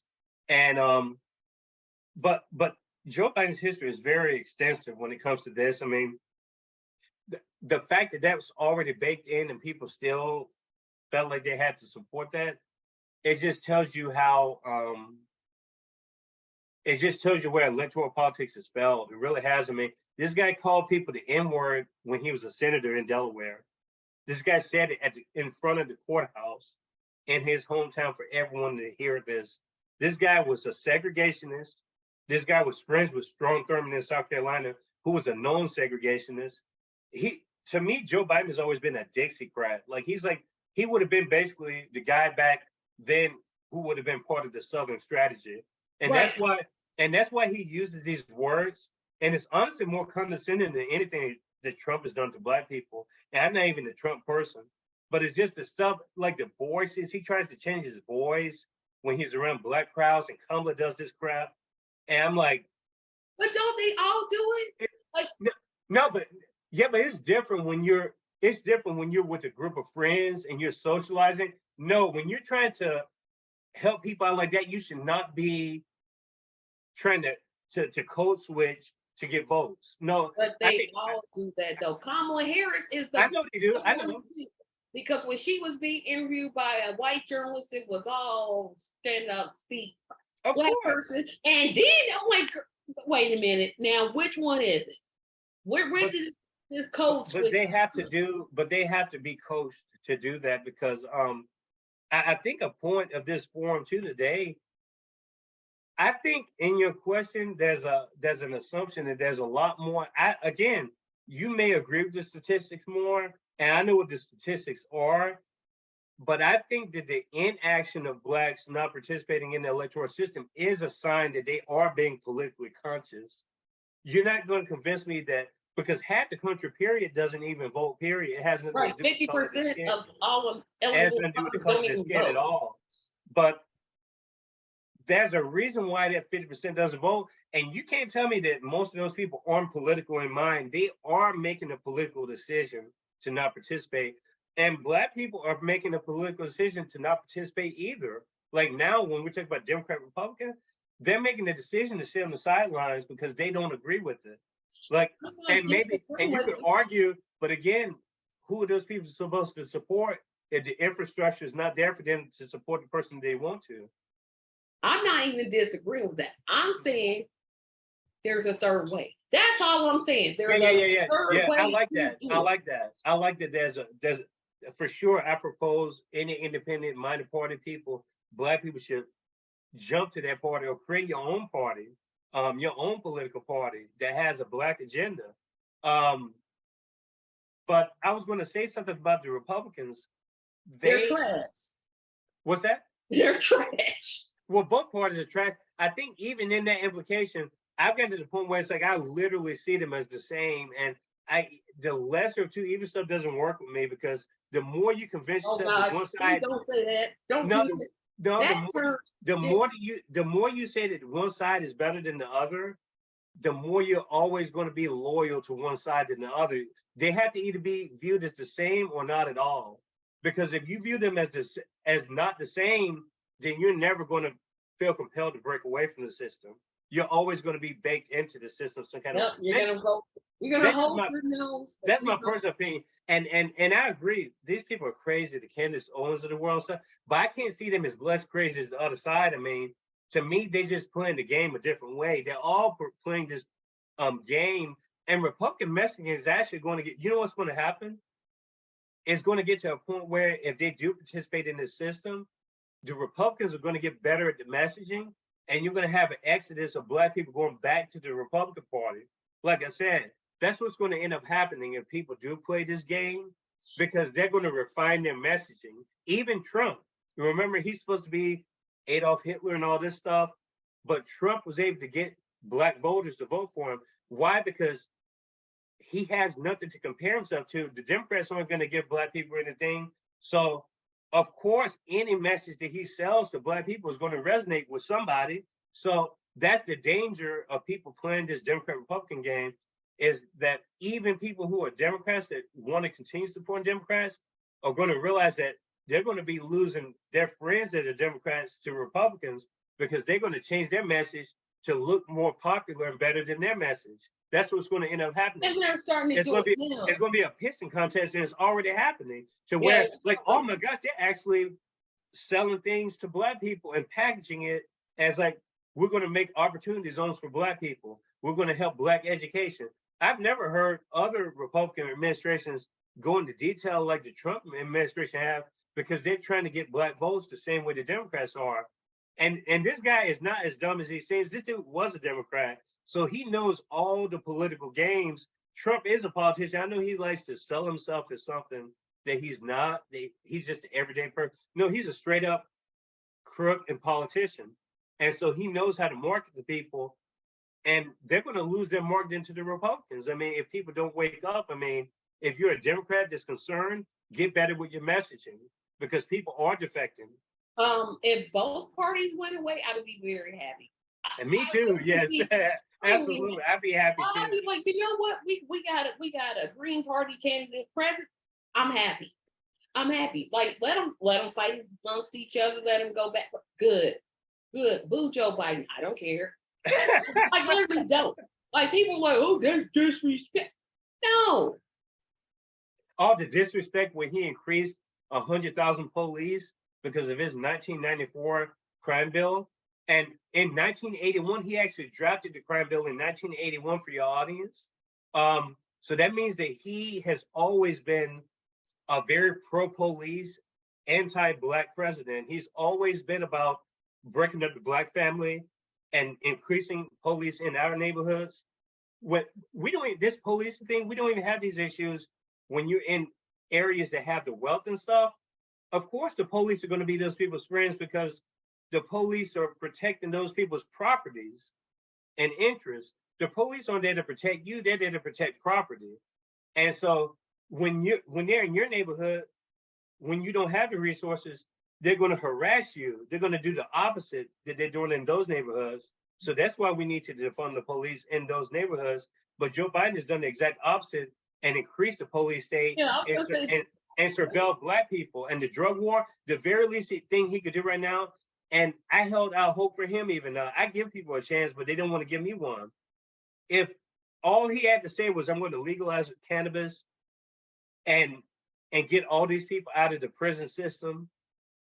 If he would have done that one thing, I may have done just one time, said, okay, I might vote for Joe, even though he's the one that increased this under his watch as a legislator in the Senate.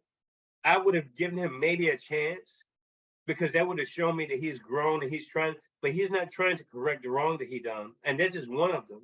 And that's a big wrong. Well, let's just bring this Joe Biden discussion up to 2023, 2022, 2023. This is a man that said he did not want to defund the police. He wanted to increase their Of funding. course he does. That's telling you what he thinks about our issues. And again, this is where, yeah, I'm going to say something real unpopular. And now I'm specifically talking to the people that do vote. This is our fault. We elect these nitwits knowing that they like. We have to literally stop. And that's why I created the Tracy Show, is to give people other, like you don't have just the dime option. You can upgrade and get yourself a candidate that isn't going to be holding to corporations, that's going to vote the way you want, that holds town hall meetings. I don't know. I live in the 7th district in Indianapolis. I cannot tell you the last time my congressperson has ever had a town hall, not on Zoom, not in person, but easily. Well, and when I say easily, I think you got like 66% of the vote. That's an easy election to me. Mm-hmm. But when you keep, until you vote differently, you're going to keep, don't ask, well, what are you just, because you're voting for the same thing. It's not going to change until you change.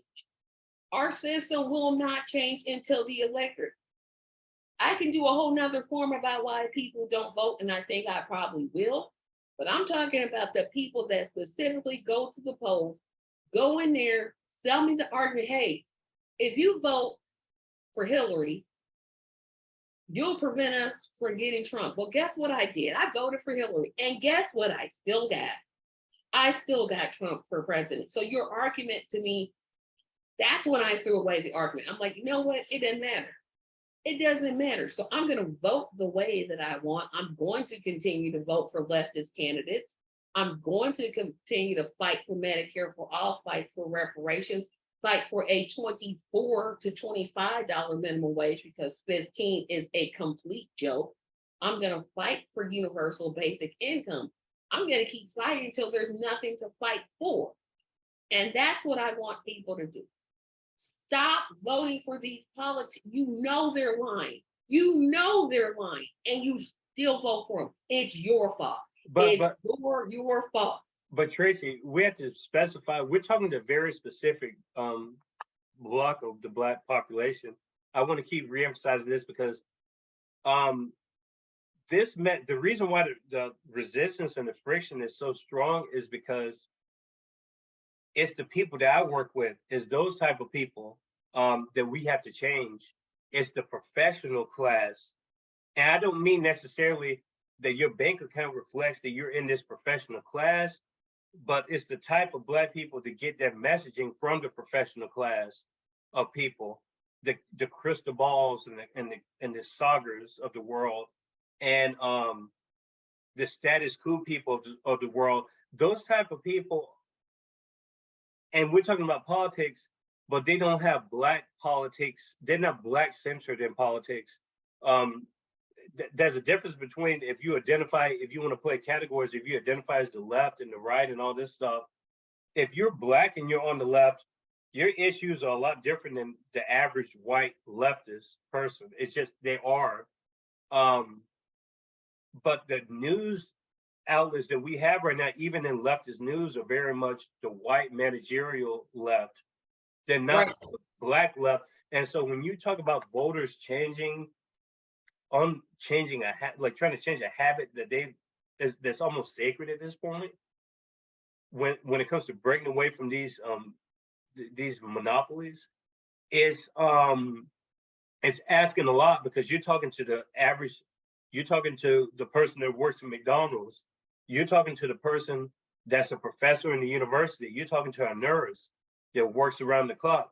You're talking to all different types of Black people. Those people have a hard time changing that pattern because they're getting their information from people who are in this different socioeconomic class, whether it's the mainstream media, which is very much part of this class struggle. It's a class struggle. What we're talking about is not just a Black person struggle, it's also a socioeconomic problem too, because most Black people who are very, very disenfranchised in the system aren't even a part of what we're talking about. We're almost talking about Black people who have stable income and stuff. They may have families, they may not have families, but they participate in electoral politics. And you're asking those people to be revolutionary in the way they vote all of a sudden. I am. And the reason That's I what you're am, speaking to. yeah, That's because I said I'm speaking to the people that do vote. And the reason I'm saying it the way that I'm saying it, yes, it's hard to change. I was very active in the Democratic Party. Oh, there, besides a pop-up vote for there, here, and there, Democrats. But then I think people need to ask themselves this question. You vote Democrat, what are you as a Black person getting out of that party? That's all I'm asking. You ask yourself, what are you getting? But I guess what I would say, Trace, is the people that you're talking to may be satisfied with the Democratic Party that are Black. Oh gosh, now that's something I need no, to think about. No, and I say that, and I'm saying that, yeah, because I think that it's a social class issue too. It's not just a race thing, because I know these type of people. I'm friends with these people that are Black, and I'm not saying that they're bad people. They do things a different way, and that's fine. But they have some sort of an aura about them, this attitude that it's almost like the brown bag class of Blacks, where you're a certain complexion, you get into the club, and I'm just a little shade darker. I may not be a part of your team, but you still Black and you pro-Black, this and that. You put it on Facebook all the time. You say all the right things, whatever.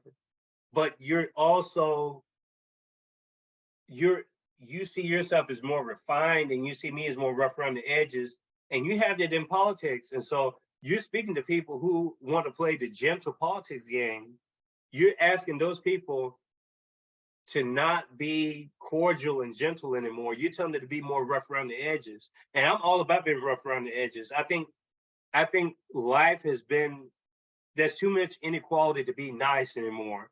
That's the problem I've had just growing up over the years or whatever. I thought that the world was such an innocent place. I thought everyone was my friend. But when you see that people are smiling in your face 1 second, but then they're doing things under your back, and they're doing the opposite of what they're telling you, then the niceties have to go out of the window. And so I guess to those people that you're trying to get to, they almost have to have this reawakening within themselves. But that also has to do with what the type of news they're taking in and the type of people that they're around, where there's this protocol of having to be nice to people and stuff like that. And you can be nice to people but disagree with people.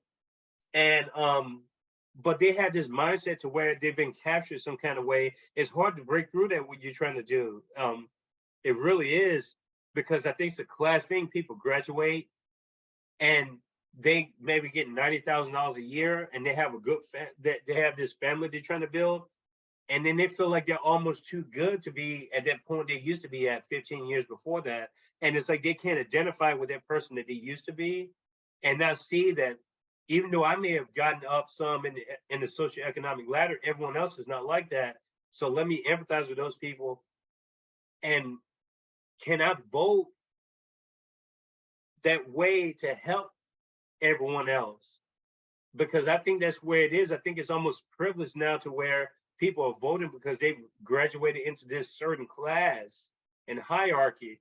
And so to retain that hierarchy, they keep supporting that hierarchy. Because if they go against that hierarchy, it's going against everyone else. They feel like it's going against everyone else that they work with, that they play basketball with, that they work with, everything, people in their family. They feel like it's going against that whole network of people that they're around. And I've had those feelings where am I going to lose all my friends because I'm just completely going a different direction? That's a very big concern for Black people. And it's not even just politics; it's religion, it's everything. Um, but I think that's the danger, and and I do love talking to people who are current Democrats that are Black. Not on my forum, not on my forum because they have a voice already. That's the reason why I don't give those people a voice on my forum. The Republicans, Democrats already have a platform. Um, I'm trying to give people that don't have the voice a platform, and that's what we need to be working on. But there are those Black Democrats, and there's so many of them, and I like them as people, and they are my friends. But it's just maybe I'm never going to change their minds, and maybe they're not going to change my mind. But I think they would even acknowledge that they understand why people are leaving the Democrat and the Republican Party. I think they understand why. I'll say this: those type of people. Well, I don't want to say those type of people. Right, right. I get what you're saying. The people who think that way don't necessarily want their minds changed. Because if they did, and it take, like I said, it's not like I'm asking people, hey, wake up tomorrow and tell a Democrat up yours. No, I mean, I wish you would, but it took me basically it took me one election cycle. I was like, okay, I'm done, because it was easy for me to see. I'd always, I was a Nader supporter, so I already knew.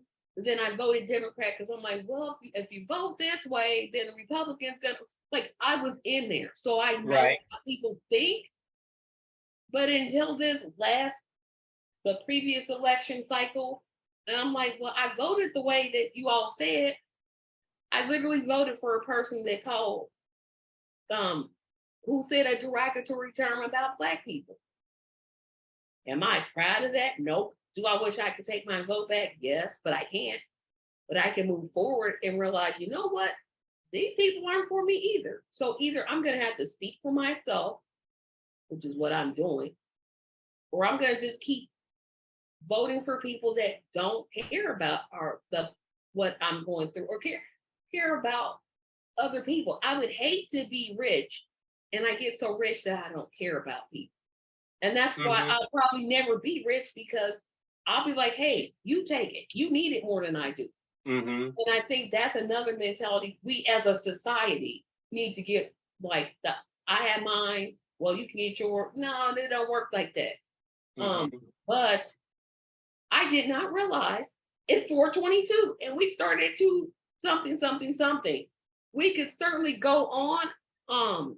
And because I want to, but I don't want to, because I have another place I have to be. But tell us, what did you get out of this forum and where we can find you? I got a lot out of this because so many more people are going to see this, and they're going to get ideas from it, and they're going to see that these conversations are happening, and that it's not something that's just make believe. It's really going on in people's minds. I just want people to take away from this that it's not just electoral politics; it's also direct action. Leaving the Democratic Party or the Republican Party is not an easy thing, but I believe it's a liberating act once it's happened, once it's fulfilled. I think once you're on the other side of it, you can see the benefit of that liberation. But as long as you're within that framework, it's hard to see the other side of the property because you're not there yet. And that's fine. You may be searching for years to come, but it's okay to have those thoughts, and you're not a bad person because you have those thoughts, even if 80% of the people you're around have another view about it, and they think that you're crazy because you're in a small minority of Black people that happen to have a different view of it. Because I think people will gravitate towards you eventually because they see that that person is fighting for their liberation. And ultimately, it's going to be our liberation if one person at a time can just have the courage to kind of talk to each other, have these conversations, and not be so concerned about the groupthink mentality, and just be like, it's okay. Like, it's okay for a Black atheist that's 40 years old to talk to a Christian lady that's around the same age group that's Black, and there not be some kind of a war about it. I mean, I think there's a lot of us out there. These conversations should be more common. I believe that they are happening.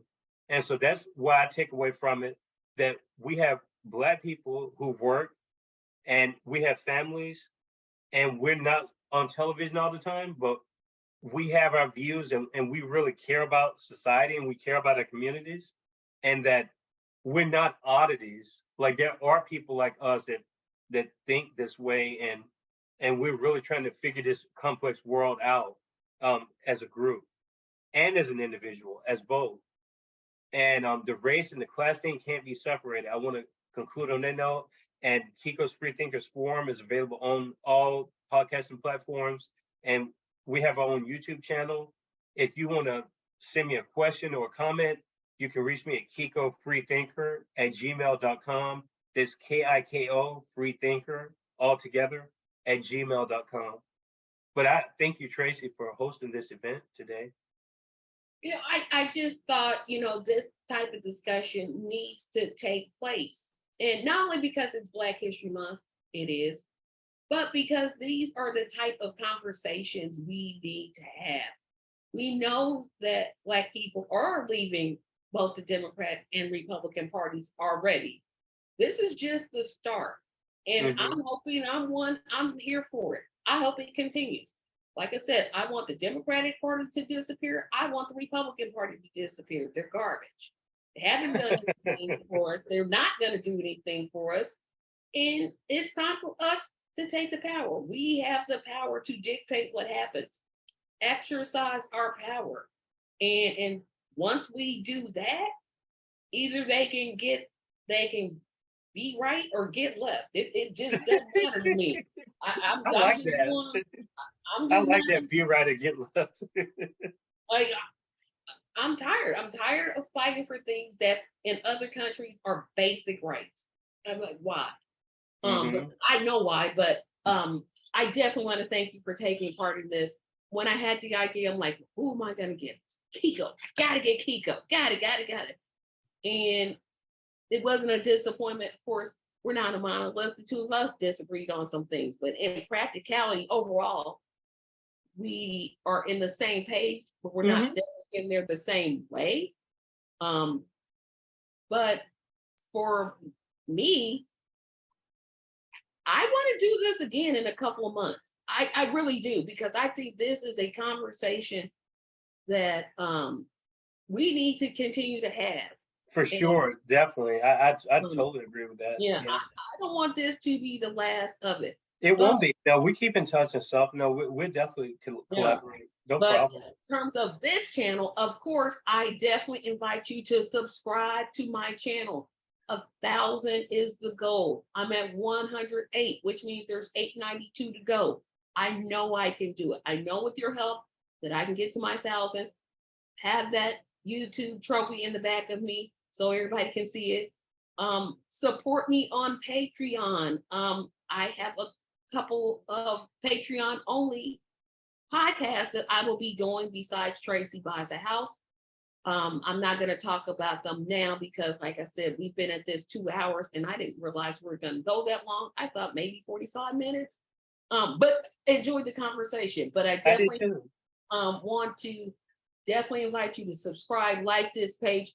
Please comment and share this. This is the type of discussion that is not, I don't know any other platform that has had the discussions that we're having today.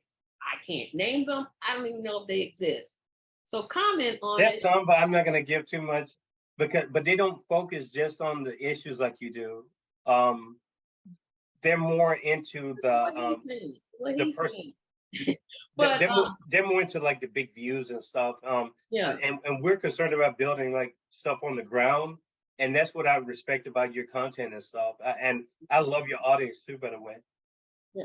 But like I said, all the links to my page, visit my page, TracyMediaLLC.com. In about an hour, I'm going to be taping the Saturday show where I will kind of give a summary of this and talk about some other things. But remember to support independent Black media, such as Kiko, such as myself. such as Marlon, such as Theus. We need your support so we can keep growing. That's the idea. Again, thank you for supporting the Black duopoly. When enough is exiting the Black duopoly, when enough is enough. Have a great day, everybody. And again, thank you so very much for listening to this important discussion. Have a great day.